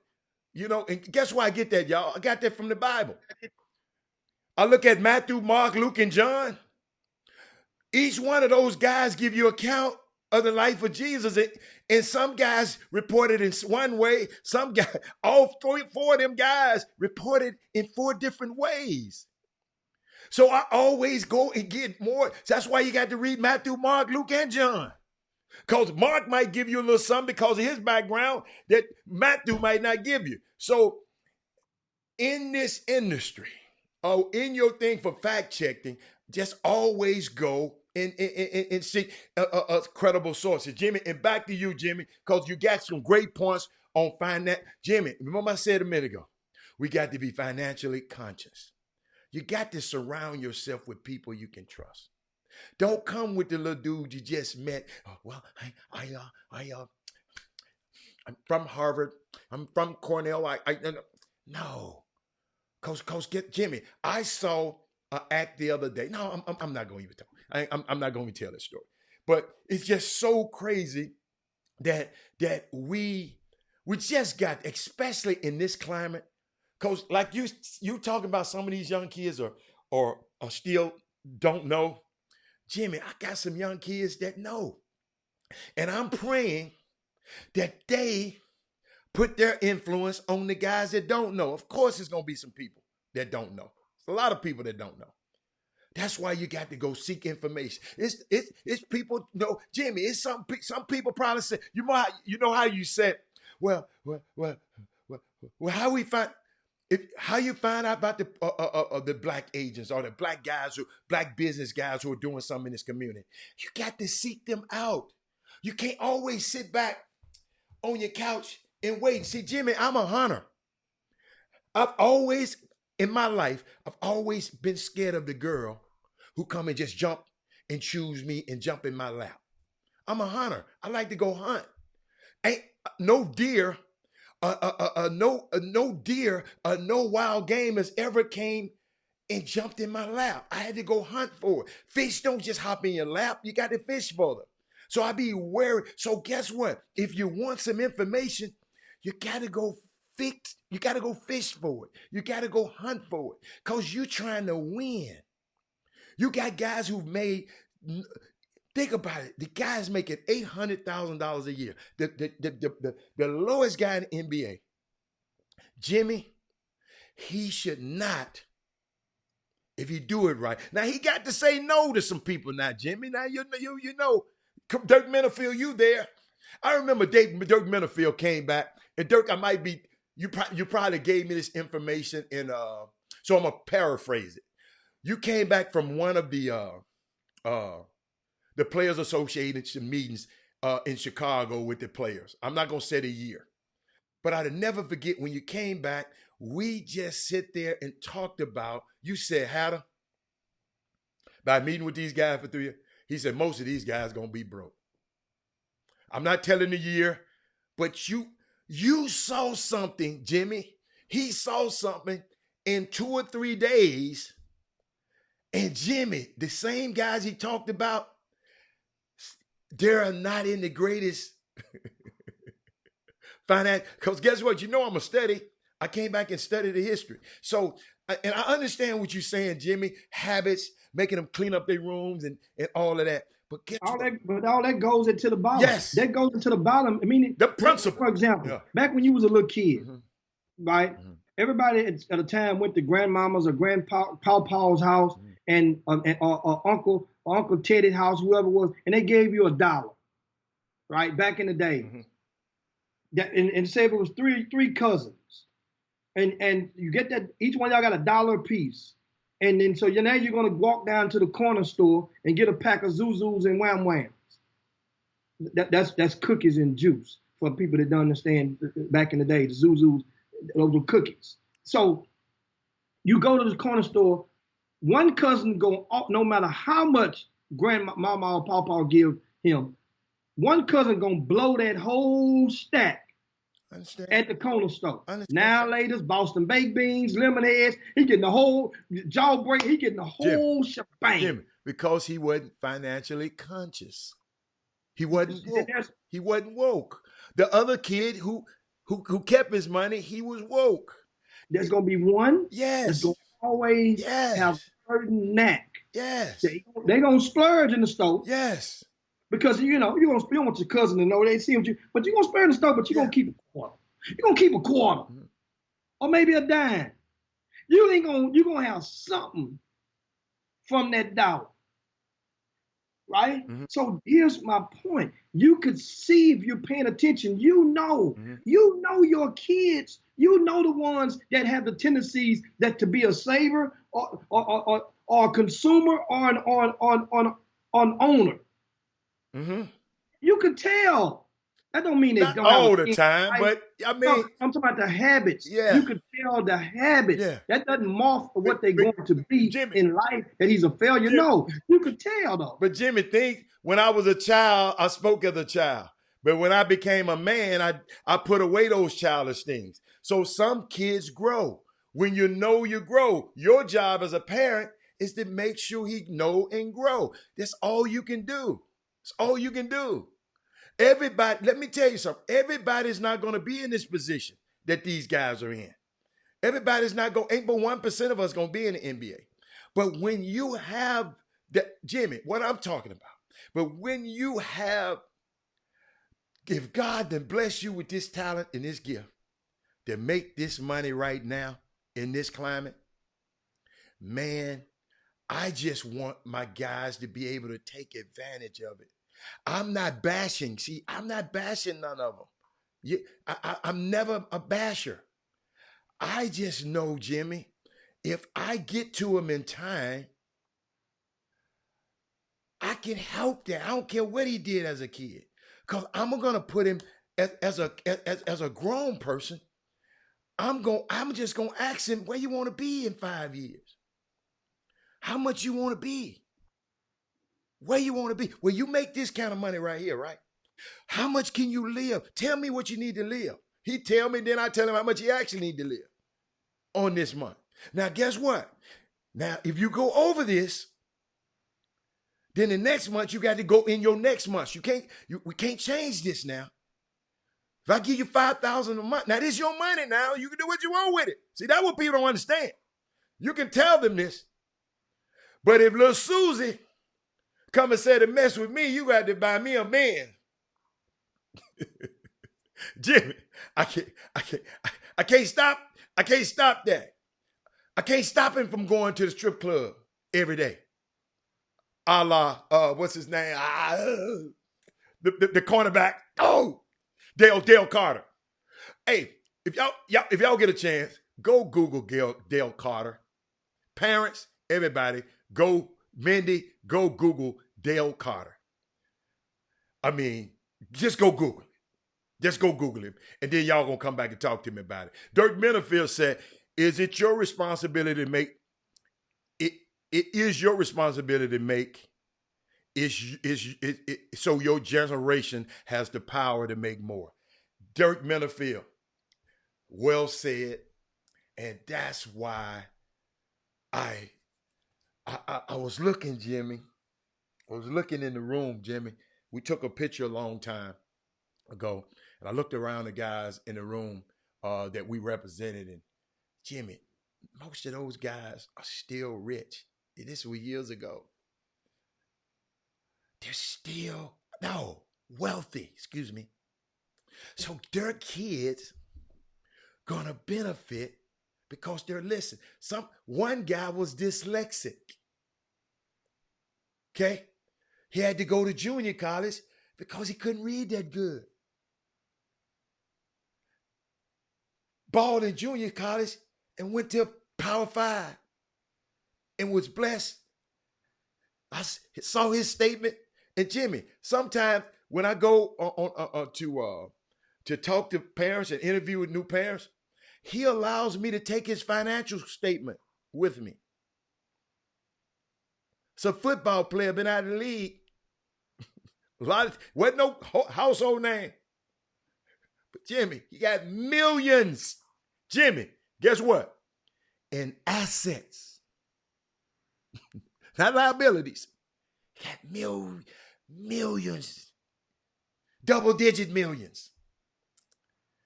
Football player. It's not basketball player. Some of them, I got 2 or 3 of them making more money now than they made as players.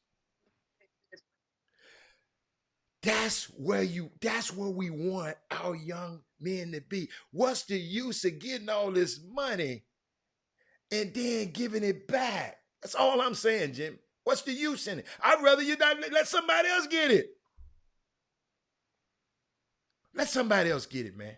That's all. I'm not trying to disagree with what you're saying, but my thoughts and my points, because I've been there, I'm just thinking. It sounds like we're talking to 2 different layers, yes, or various ends of the spectrum. But that's what the article was about.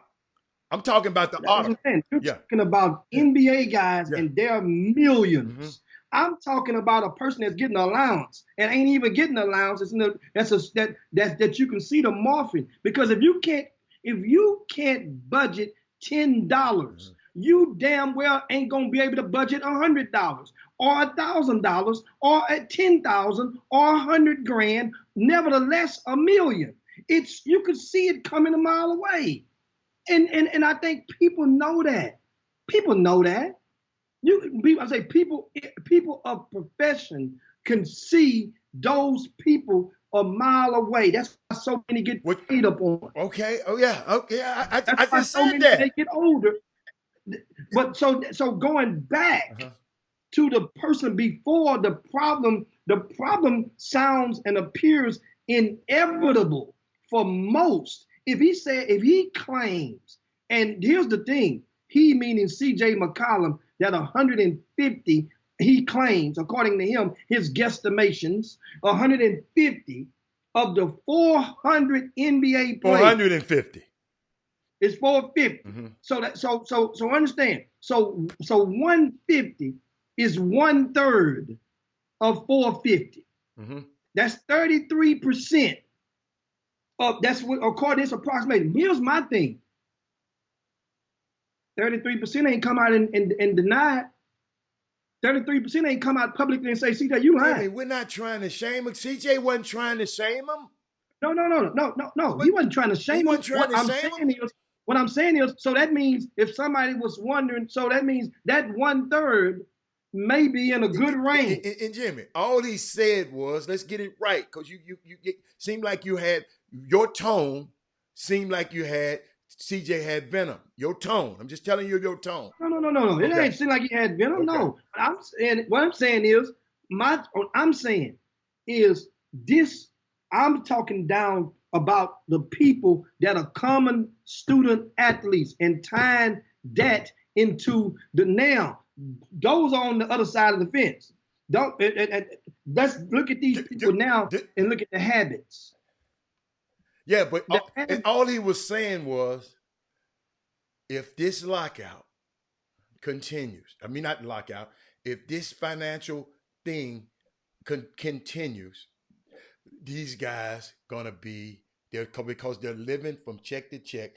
They need that check that cleared on the 1st, that check that's gonna come on the 17th, on the 15th.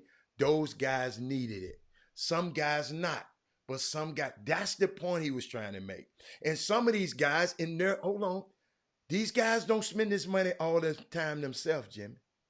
They got family members.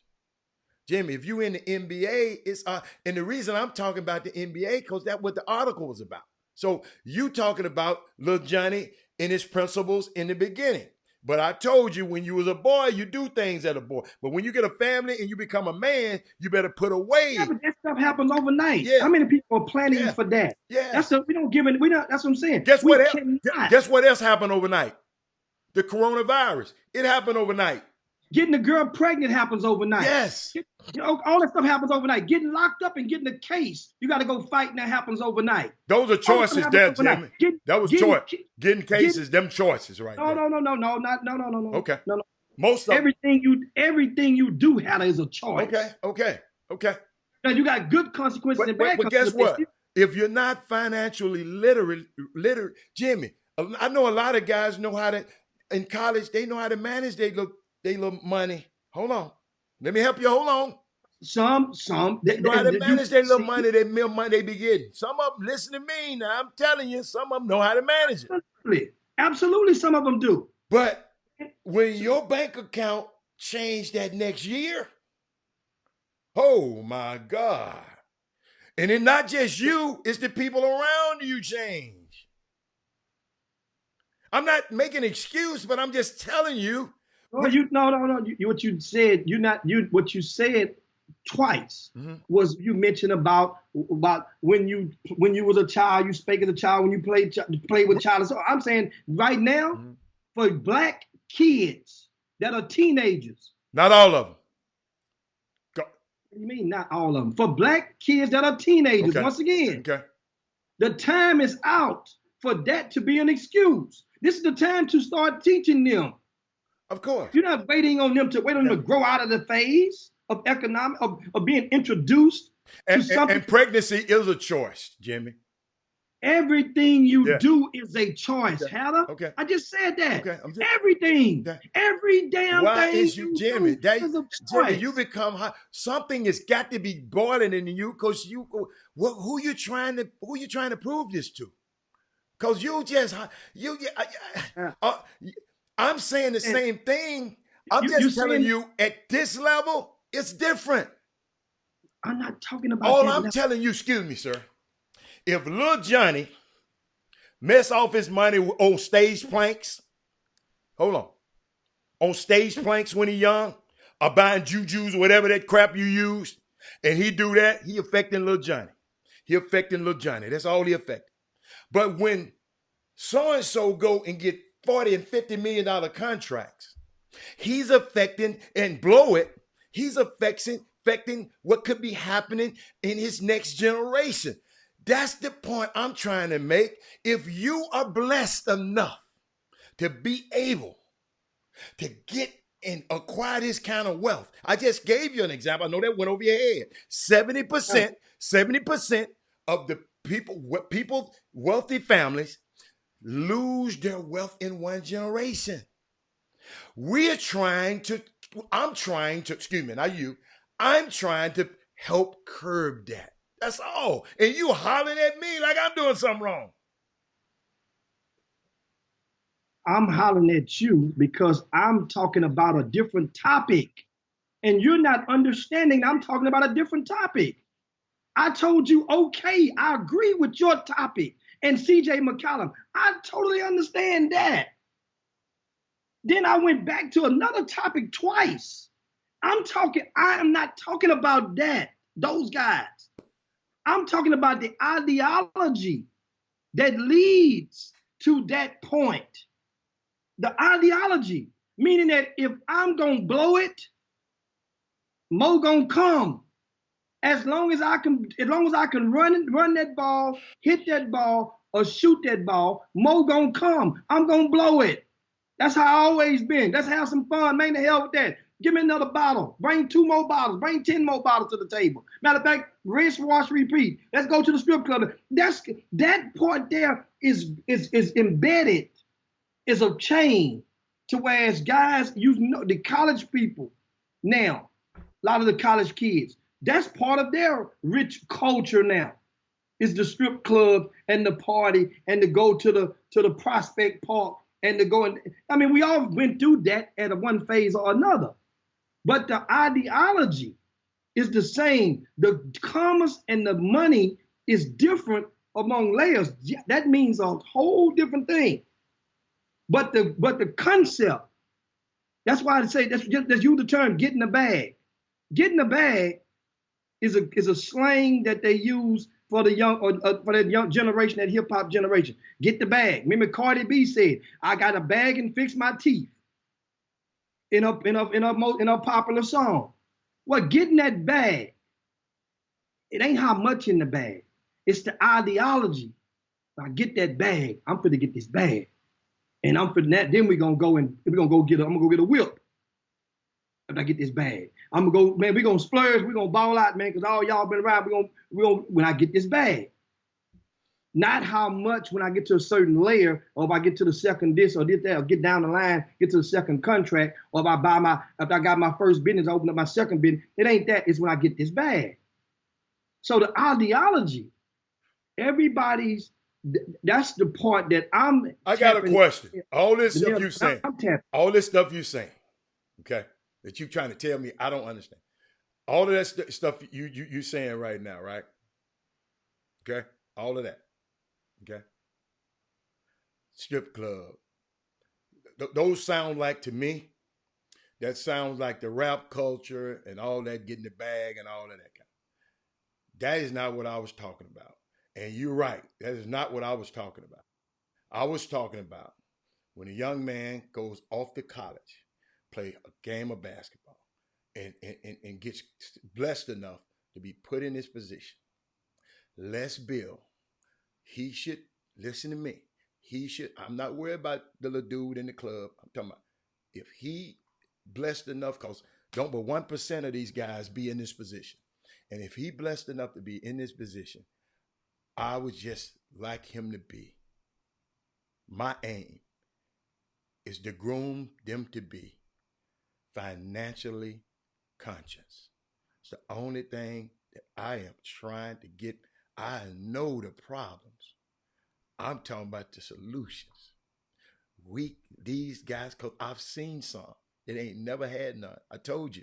I just gave you an example. This guy I was telling you about, I didn't call his name. Yes, he did all that. He was dyslexic. He couldn't even read and went to junior college. Couldn't do none of that. But now he's a millionaire that understands now. He did all of that. But he got with the right people and put him in a position. And now his kids should be able to be in a position of power and be landlords instead of renters for the rest of his life. That's the point. I know it's some damn fools out there. We already know that. I know that. Everybody know that. But I am trying to be, Walter Yates said it's the calmest I have. Because let me tell you something, because I want people to get this, Walter. I understand this stuff is important because it's happening to people that I know that I didn't have a chance to grab. They didn't. They just wanted to hang out with me. They wanted to hang out with me. They didn't want this guidance. Oh, Robert Cool to hang out. But now, the same guy that I represented is a millionaire, and you on TV talking about you broke. Of course, I'm gonna have a certain affinity for this. Yes, I'm gonna have y'all gonna understand. That's why I don't want the people in this basketball community to keep doing the same things y'all been doing 20 years ago. Jimmy, that's why I said the other day. That's why the leadership need to change. That's why we need younger people with brighter ideas and smarter ideas to come in. The leadership needs some infusion. Because these young guys got some great ideas, but some of these young guys, now Jimmy, I do understand it. Some of these young guys don't want to listen. They don't want to sit at the feet of the master. They want to be the master already. Think they know it all. That's why I was trying to tell you about some of those Nigerian basketball players. Can't tell them nothing. Nothing against them. Not all of them. But all I'm trying to figure out is how we are in a position like this. You'd have made it to the NBA. Check this out. Might not be important to you, Jimmy. It's very important to me because that's the realm life I live in. You go and be blessed to be one of 450 people on this planet. It's a big planet. You're blessed to be one of 450 out of everybody on this planet to be able to earn the lowest guy $800-some thousand a year. And you got the money. Now you got to learn. You got the asset. You done work real hard. I gave y'all them 4 principles. Identify where the money at. The player done identify where the money at. Jim, this Bill Buffett. This William Buffett. Maybe you listen to him. What you said, it might sound better. Go read it from Bill Buffett. It might sound better coming from Bill Buffett than Robert Half. You mean Warren Buffett? Warren Buffett. I'm sorry. Warren Buffett. Warren Buffett. So guess what? You come back. You identify where the money is. Now you put a plan to go get it. Guess what you do? Got your body right. You got your jump shot. You're 6'8". You done went and acquired the money. Now you got to rinse and repeat and get another contract. Rinse and repeat, acquire assets. And then guess what? The third thing they forget about. Asset protection. We got to learn how to protect the asset. So you'll be able to have some money to leave for your future generations. That's all I'm talking about. I ain't trying to get with no argument about nobody that buying a stage plank. No. I'm just showing you it's possible. You might ain't see, Jimmy, I've seen it possible. I've brought a guy who didn't know nothing. And now I got a kid that grew up in North Memphis. North Memphis is where First 48, Penny Hardaway. First generation got to go to college. Used to hang with everybody in the hood. And I say everybody you done hung out, Jimmy, in your hood with, Penny hung out with his hood with. Go read the story. And this young kid went from there to protect his assets. I mean, he identified where the money is. He went and got the money. He protected his assets. Now he can leave money from generation to generation. And now, guess where he at now? He's leading men at one of the 350 universities, D1 universities on the planet. I've watched this, y'all. This ain't nobody on the air telling you. I've seen this firsthand. And that's all I'm trying to say, Jimmy. Penny, you think he grew up knowing how to keep money and broke, get money and not buy money and not spend money and not? No, he was like that too. He's like that too. But guess what he had the unique ability to do? Ladies and gentlemen, listen. He realized at a young age he had 2 ears and 1 mouth. 2 ears mean you should listen more. That's all. And that's how I don't know how we got here. Oh yes, I know how we got here. Because I started talking about the assistant GMs. In case you just joined on, the assistant GMs, the African American assistant GMs in the NBA are up in arms about Jerry Reinsdorf, the owner of the Chicago Bulls. Jerry Reinsdorf interviewed several people to take over his GM job at the Chicago Bulls. Gar Heard, John Paxson are out. They bringing in some new. And he did not, I repeat, he did not interview one black candidate. One black candidate. So if you go to the Undefeated, it's a great article by Mark Spears. And his name Mark Spears, Jimmy? Mark Spears? Huh? Mark Spears. Go read it. It's not that long. Great reading. And he just talked about these guys complaining about not getting a fair shot. But I said to the people who just came on, I said that they're not in a position of power to get this shot. They're not the decision making. A lot of these guys are former players. When they were younger, they were in positions to make decisions. They made a decision, what, Jimmy, on what college they wanted to go to, didn't it? I'm blessed to have this scholarship. Then if they made it to the NBA, they had a choice of what agent they picked. They had a choice of what financial planner they picked. They had a choice. But in this specific situation, they don't have the power. Jerry Reinsdorf, the billionaire, has the power to hire them. So that's the, in case you just came on the show, that was the meat of what, and Jimmy just was, he had some great points when them kids were young. They just splurged money and didn't do this, and how do you expect them to go? I said, yeah, but some of them get it, some of them don't. It's all. Some of them listen, some of them don't. Jimmy, I'm gonna tell you, all of them don't listen now. Don't go get it twisted.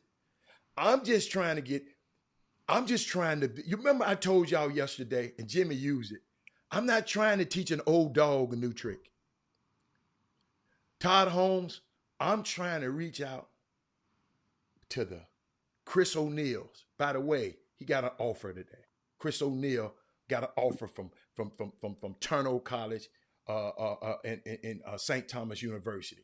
Chris O'Neil happened to be, and I called his name, he played at Hightower High School. He was one of the last Hightower guys that's eligible to get a scholarship. We got one more. We get him one more. We're going to be in good shape. So I want these young guys, the Cam Collins, these young guys, I want them to understand that they got a guy like me they can come and get this information from.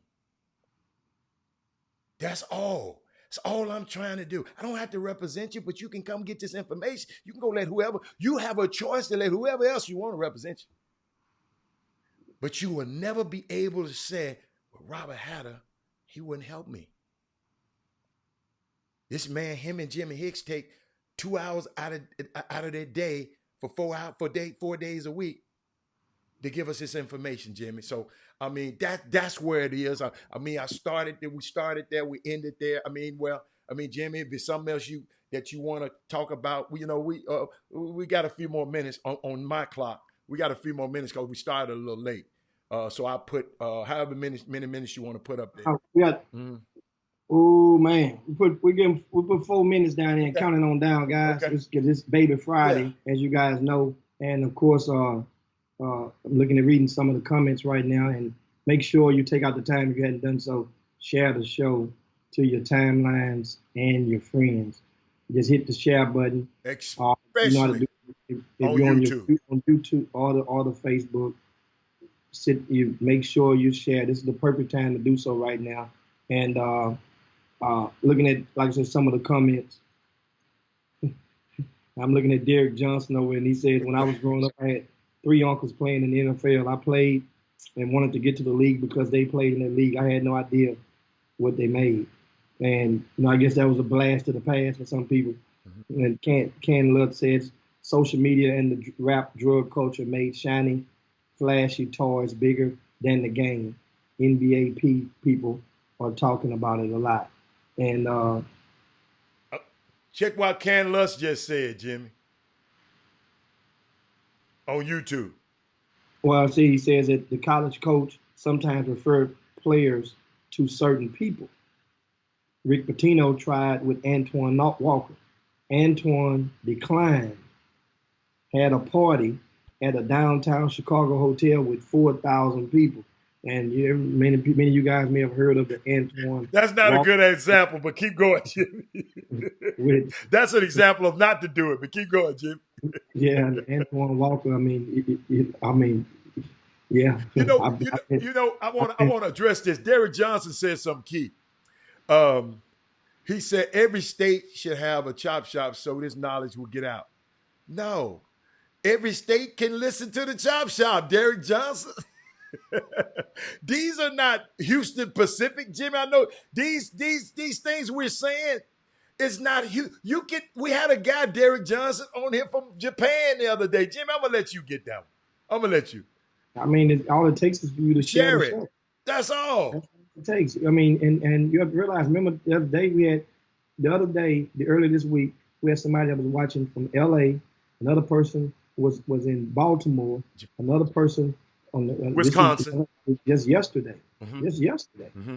And we had another person that was in Minnesota watching, another one was in Wisconsin watching. We had another one that was in Louisiana, and of course we had different various cities of Texas. Those just off the top of the head that were watching just yesterday.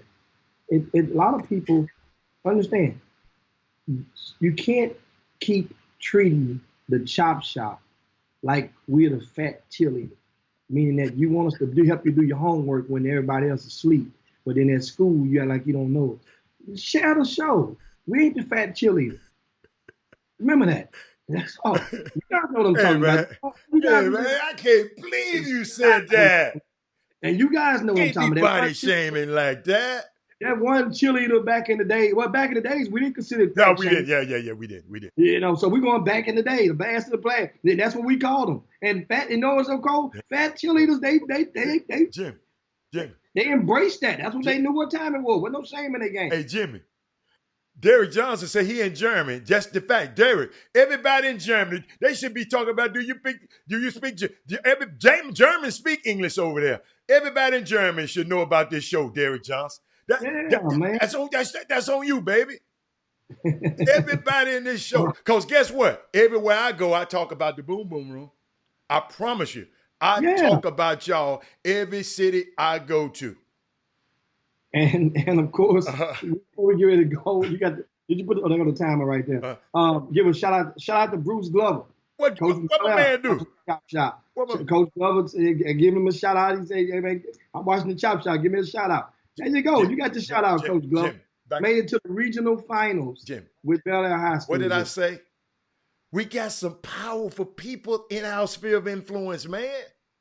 We got some, what happened? We good? We got a good question from one of the newer viewers of the Chop Shop. Okay. Say, what is the boom boom. That's great. Tell him, Jimmy. Jim, I'm gonna let you go. I'm gonna let It's you the go. boom boom. You tell Understand, on the Chop Shop, we personified the behavior patterns of the characters early on from the movie Life that was played by Eddie Murphy and Martin Lawrence. So Ray and Claude, uh, we didn't do it on no. purpose. Just that they just took up on, you think about two different routes, and it's kind of funny because we we we entwine the names of the characters, but the road that if you think about Ray, you think about the Martin Lawrence, one of them was this, Yeah. the other was on the Yeah. streets, and this and that, and next thing you know, the other guy got the other guy a life sentence, and I mean because of hanging with that. I'm Eddie Murphy. So in that movie, they had a skit where they were what you call riding when you in locked up in jail and you're visualizing your brain escapes to outside the bars and you're just talking with some of your fellow bunkies and that's what Eddie Murphy was doing in that movie. Uh-huh. He was talking about the Ray's Boom Boom Room. Yeah. That was what they call riding. Yeah. So that meaning they were taking a mental Yeah. cruise. Mm-hmm. RIDING, they were riding. Mm-hmm. And so that boom boom room is what we came to affectionately describe this message board that you see going on the YouTube and the Facebook. That's good. That's a good question. Great question. And Jimmy, guess who called us Ray and Claude first? Walter Yates. Walter Yates. And he called us Ray and Claude, and then we just expanded it. And that's what happened, man. It's unique, man. I'm glad. Thank you, man. Who brought that up? Fort Bend Ballers. I appreciate that, because I mean you took us back. You took us way back, Jimmy. That was great. I love that one. So that's it in regard to the boom. Of course, you see the clock as it hit zeros, and man, you know what? Last night before we go, go. For the second time, I had watched the football game last week. The other day when at New Orleans after Michael Vick after the Hurricane Katrina, I watched a little piece. I did watch that last week. Mm-hmm. Michael Vick horrible that game too. Mm-hmm. When the Saints won, but last night I caught myself couldn't leave the TV watching that Miami and San Antonio Spurs NBA Finals from 2013. I started watching in Game 6 in about the third quarter, and it's hard for me to watch games that I already saw and can remember. But I was actually watching it from a different angle. I was watching it just to scout because I did not realize at the time that when it got to Game 7, I did not realize that Ray Allen did not score a point. No. I didn't realize that Chris Bosh didn't score a point. No. And I had saw, and I didn't realize that Manu Ginobili, he really messed the game off for the Spurs as well. And you saw young Kawhi, 21 years old in that series. Mm-hmm. And you could, and Popovich had put Kawhi on LeBron. I mean, 21-year-old LeBron was what? That's what, 6 years ago? I mean, I'm sorry, 7 years ago. So LeBron was 27-ish. So, and I'm like, man, Kawhi, you see, he got through right into the fire and almost excelled. Came within a play or two from because LeBron was cooking. He scored 30 points 4 straight games in that series. The last 4 games, was cooking. Dwayne Wade had gotten, he was on the bench with like 5 minutes to go till he came back in. I was looking at certain things. No, but Jimmy, you know what I love though? I never forget this. Rashard Lewis got a ring out of the deal. Yeah, them folks was outside and tried to get back in after he hit the shot, and people had left the gym. They had brought the yellow tape. They had the champagne. They were finna pull all of this. They were moving to pull this trophy out there to the floor. And they had to put all of that stuff back up, Doc. People had left the arena and was mad because they couldn't get back in. Oh yeah, it was epic. It was that. It's a lot of stuff that was going on around that game that a lot of people just wasn't privy to.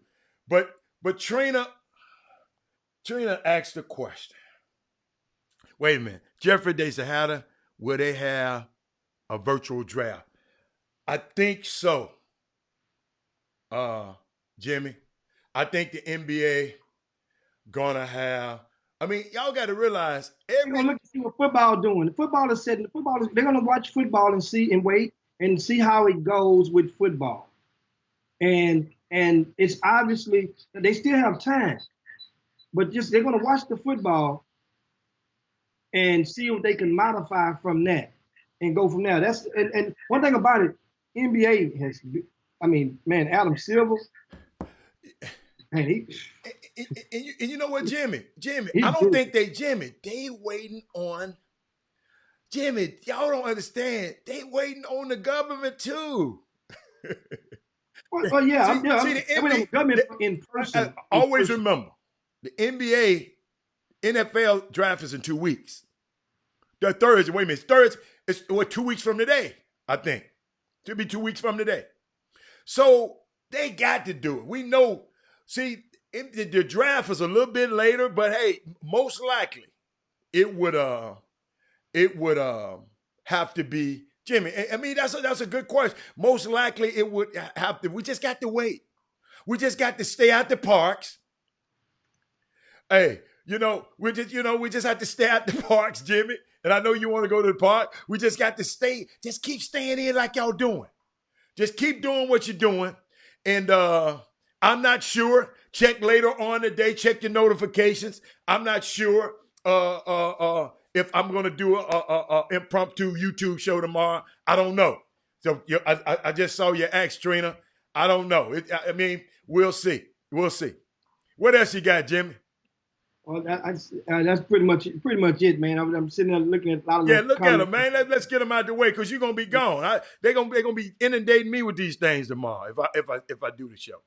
Derek said I'm gonna start doing it. Gonna pull my iPad out. Oh, they trying to watch both shows. They're trying to watch both simultaneously. I love that. Hey, y'all, I want to have it a time that hey, listen to me. This is my goal. I want the YouTube. At one time, I want y'all to match almost 1,000 over here, 1,000 over here at the same time. Jimmy, I want to work that out. I want to work that. You see, I got the like, share button. But what else, Jimmy? Was there one more question? Go and get one more. That's it. Of course, yeah, Kevin Allen asked, he said, will the kid from Georgia, Anthony Edwards, be the number one pick in the NBA draft? According to who get the first pick. I'll say that. It's according who because we don't know who's gonna be the first pick. We don't know what team gonna get it. According, because this draft they said it's just not. It's a different draft. Jimmy, I got another question for you, Kevin. Dirk said a ball kid going number one. Wow, they've been loving that dude, Jimmy. I'm surprised. I'm gonna tell you something. They've been loving that dude. Dirk, if the Atlanta Hawks get that ball, they are not going to pick LaMelo Ball over the hometown Anthony Edwards.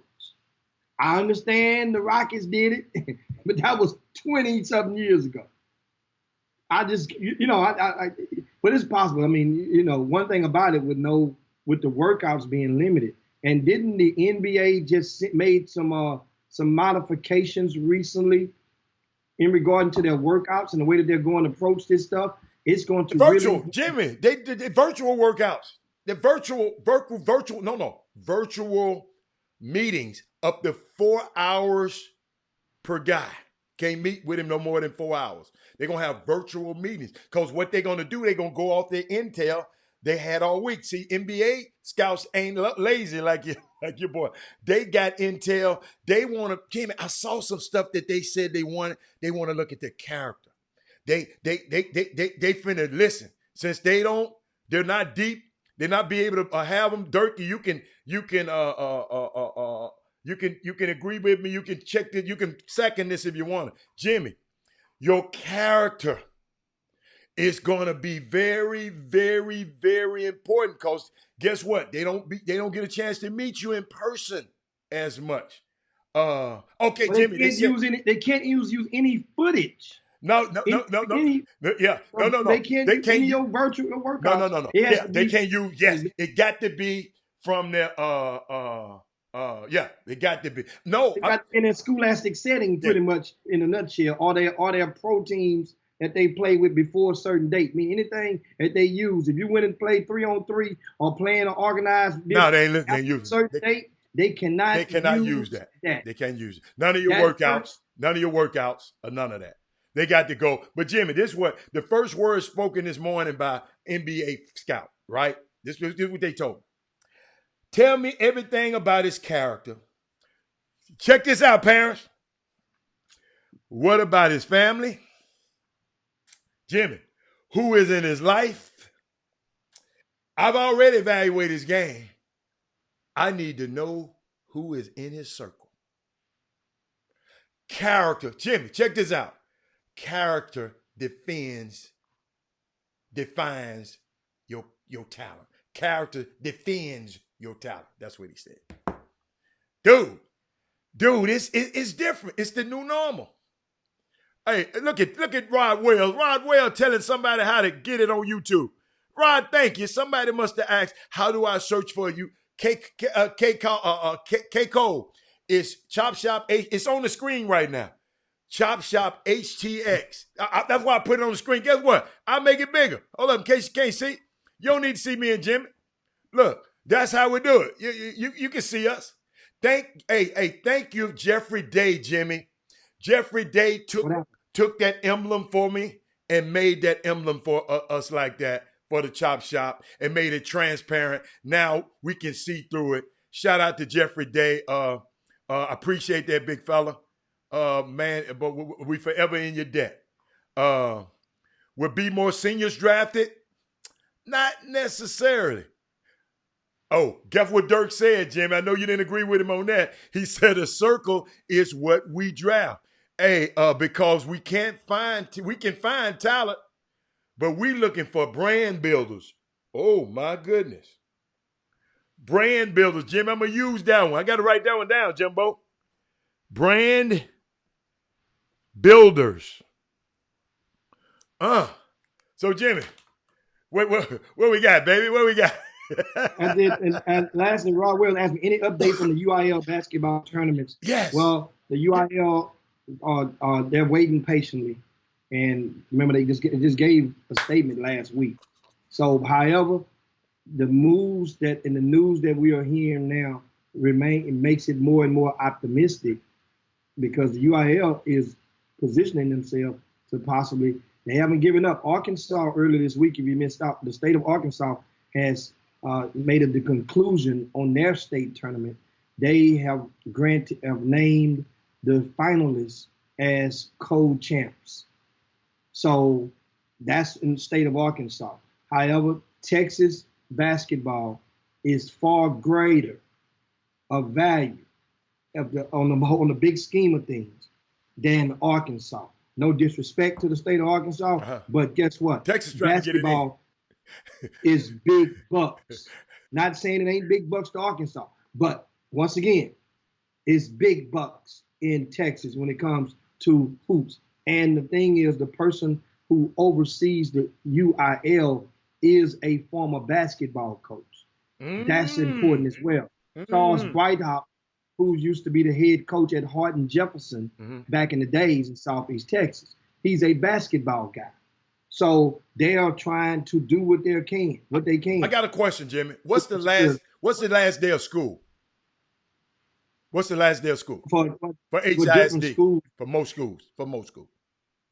At the end of June, somewhere around the end of June. Okay, so because Stephen Wood said if we don't go back to school, it ain't happening. So if y'all can just chill out for about a couple of more weeks, I'm telling y'all. May the 4th. Yeah, okay. I don't know about May the 4th, you know. Yeah. You will know. If we can just get this thing curbed, man, thank you, Kim. Kim, where you been? Kim, I miss Kim. But Steve, I'm sorry, I said the end of June. You know, I meant the end of May. Good gracious, I said end the of end of May. everybody. Okay. Yeah, you know, June 1. I just thought about myself. June 1. You Okay. know, doggone well, I didn't mean end of June. Okay. I meant the end of. Well, May ain't that far away then, man. I don't know about y'all. Because Jimmy and them going to the park this weekend. Jimmy, just wear your mask, Jim. Just wear your mask. No, the city parks are open. I know, but just wear your mask, though. Wear your mask. Don't get too close to nobody. Charges and consequences, man. No, but Charges I'm trying, dude, some stuff I got to do. I'm not worried about Let me you tell you killing something. yourself. Hannah, you wear gloves? Yeah. I got the hazmat suit now. Jim. Check this movie out. Okay. Check this movie out. This has happened yesterday. So I got 2 gloves. I go to the store to pick up a prescription. I had to get a new prescription at Walgreens. So that was good. I had to get out the car, go to the drive-thru with my one car, pop, got the prescription done. But I had to get my card. You know, you get your card back. So to get my card back, now the woman in the glass, she had on her gloves, but still, that card was on that little silver tray that they slide on out like at the bank. You know how you spray in the car? I got not in that. Not that's not. Okay, no. okay. So here's the deal. Okay. So check it out. Okay. Check it out. So now I got the card with the one hand, right? Got the card one hand. So now I got the bag. So now I got that glove. I got to take that glove off. Okay. Because if I grab the steering wheel, then I done took. All you do is imagine everything as though has imaginary doo-doo on it. That's how you can think of the vibe. Imagine everything that's out there has imaginary doo-doo on it. So everything you touch got invisible doo-doo. Yeah. But if you light up on the light, you can like see the video doo-doo. you So sent me. I understand that. On my glove, if I touch my steering wheel, Yeah. that means I got to put my credit card back in my pocket. So that means the doo-doo on my credit card which goes in my pocket. So now I got to take the glove off. Yeah. That means now the doo-doo is not on my. So now I got to go get gas. I don't got to, but I got a quarter tank left. I say, I know this gas station, one station down to 139, but I got super. So if you want to look, anybody go to the gas station. Well, you the excuse making this dude in the world, but keep going. Keep going. Come on. I got an excuse. Come on. Keep on going. You go get gas? Keep on going. No. Get gas daylight or you gonna get it at nighttime? Well, then why don't you have more than one glove in the car? Since you know you got to do all that, have more than one set of gloves in your car. Remember, choices and consequences. That's what I'm saying. So these are the consequences. These are the consequences as a result of my choices. We know. So now, so at the same time, so now I got to get the gas. Got one glove left. So now you got one glove. Don't mess around and touch your face. Other hand, or your phone. No. You one hand, one glove. No, I said, what if you? No, I'm helping you, dude. What if you touch your face or your phone? I'm helping you with the video you sent me. You might touch your glasses. It's on your nose. You might mess around and touch your face. You might put the phone up against your ear. It's on your. I saw that. You got to be careful. That's all. How you somebody? Really? I'm talking about some real life stuff. Yeah, what actually happened in real life? Yeah, but just if you had an extra glove, if you had some disinfectant to spray over it, you'd be all right. But you didn't have it. Okay. I didn't have it. Okay. You weren't prepared. So choices is consequences. Dude. You trying to hijack my analogy? I'm telling you what happened to me last night, and you add and trying to mix in. Coach, only reason you said that because I said stay in the house. Now you trying to say, well, man, I might do it. We ain't talking about you. Listen, you go out all you want to. Everybody else just stay in the house. We can get by with you doing, Jimmy. You can do whatever you want to. We can get by with you. I just want everybody else, because we can't teach you. You're going to have an excuse. Everybody else stay in the house. Everybody. Huh? One thing about it, everybody out there is going to have choices. They're going to make choices, and there's going to be consequences, whether good or bad. They're going to apply a risk versus reward equation to pretty much everything that they do. Most people out there is going to apply a risk versus reward, meaning that if I told all y'all right now, if y'all come and meet me on the corner of Homestead and 610, and the first person that come, I got 10,000 cash. I'm gonna get 10 racks. You can shake your damn head. I promise you, somebody gonna be at that Whataburger to meet me if I was to say that. That's you know what they gonna say? Hey. 10 grand. 10. Hold on. 10 grand. I'm gonna glove up. I'm gonna mask up. I'm gonna be there. Jimmy, Charges and consequences. why did you think I said I said let Jimmy y'all do whatever he want to do? We ain't gonna do it. I got breaking news from Chicago. During this coronavirus outbreak, remember to remain at least just in a restaurant in Chicago, right? Understand this. During this coronavirus outbreak, remember to remain at least 10 feet away from others. If you're wondering how fun that is, picture a Bears wide receiver and imagine Mitch Trubisky actually threw a pass. That distance is about 10 feet. Man, they wrong for that, man.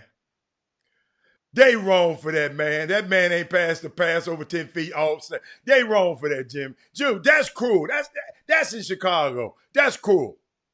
Y'all need to leave some notes like that in the Houston restaurants having something to do with Bill O'Brien and get him out of here. But Jimmy, let's get out of here, man. That's good. That's good. $10,000, yes. Hazmat suit. Kevin Freight said he coming. That's exactly. So that's exactly my point. Jim, Charges and consequences. Them people don't. Hey. Guess what? Everybody got a price. You get out there in them streets right now, unmasked. I got a hazmat suit coming, Jimmy. Soon as it get here, I'm gonna take a picture. Hey, Jimmy, hold up. Jimmy, I forgot to tell y'all. Jimmy, hold up. I had something to show y'all. Tell y'all something. Y'all ever seen this ball before? That ball got no air in it. No, but have you ever seen it before? Look close. Look close. Look close. Let me try to get you. Can't see it. Can't see it. Okay. I got another. Okay. Hold up. It's two of them. Ain't got to have no back. Look, it's two of them, right? It's 1, 2, right? Right. Okay. Yeah. Them two came from the All-Star game in Minnesota. Now. You gonna give them away? Hell no. Heck no. See this ball here. See this ball here in the plastic case, right? Look at that ball. See, it got names around it. You remember? Jimmy, I'm so bored, I'm going through all my memorabilia.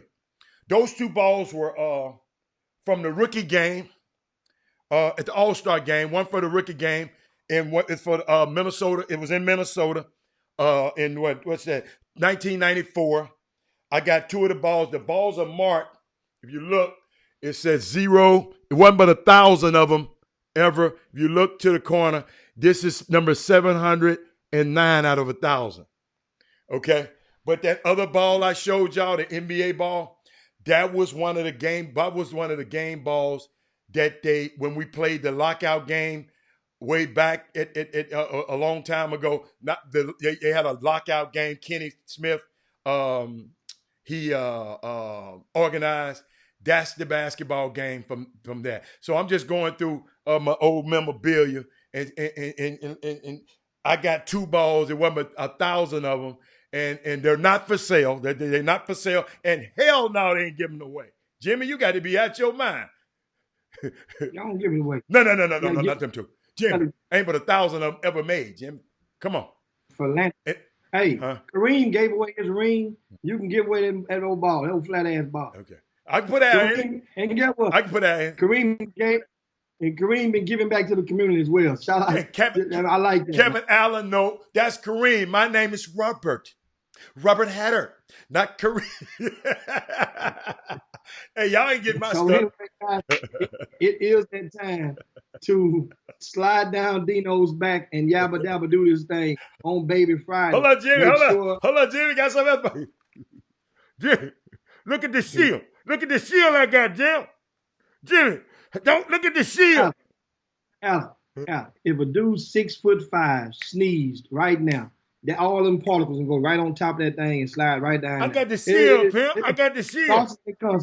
Guess what? Robert Haller is not gonna be near no dude 6'5". I keep it moving. I be sticking it moving. I be gone, Jimmy. I ain't being around I ain't around nobody. Hey, I'm telling you, man, it's fun, man. Let me tell you something. I am loving this isolation. I'm telling you, I'm learning something. I'm learning something about y'all. I'm learning something about myself. But Jimmy, go and get us out of here, man. Boy, we went over time. Yes. Absolutely, just did. Anyway, you guys make sure, shout out to my people over in YouTube land as well as the Facebook land. And once again, it's time to get it in and proceed into the weekend. Make sure you guys be safe out there, be smart, more importantly, and make sure you spread the word about the Chop Shop meanwhile. And but we'll see you guys on Monday. And got news going to be coming out on Monday about the NCAA and their name, image, and likeness. And got big news on that stuff coming up on Monday. Coming up on Tuesday, we're going to be joined with the Baylor basketball coaches on the Chop Shop. Also on Monday, I almost forgot about this. Monday, by popular demand, we're going to reopen the conversation about parents and relatives, things that you can do to help bridge the academic gap from your student athletes.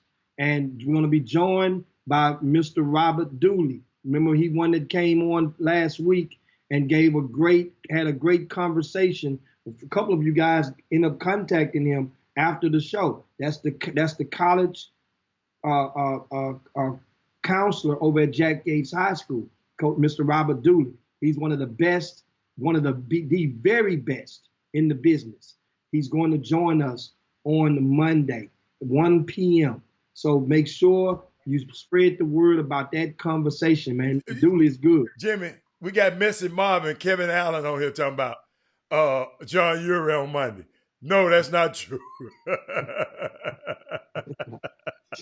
Hey, and Jimmy, shout out to Cam Collins too. I mentioned Chris O'Neal. He also got an offer from St. Thomas University. Man, St. Thomas been working, man.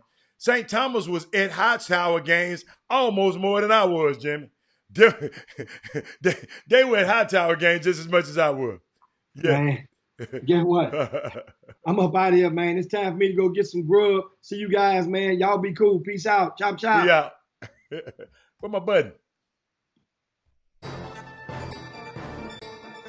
Jim Hicks, Rob Hatter. You are now tuned in to the Chop Shop. I'm Retro. Let's get it.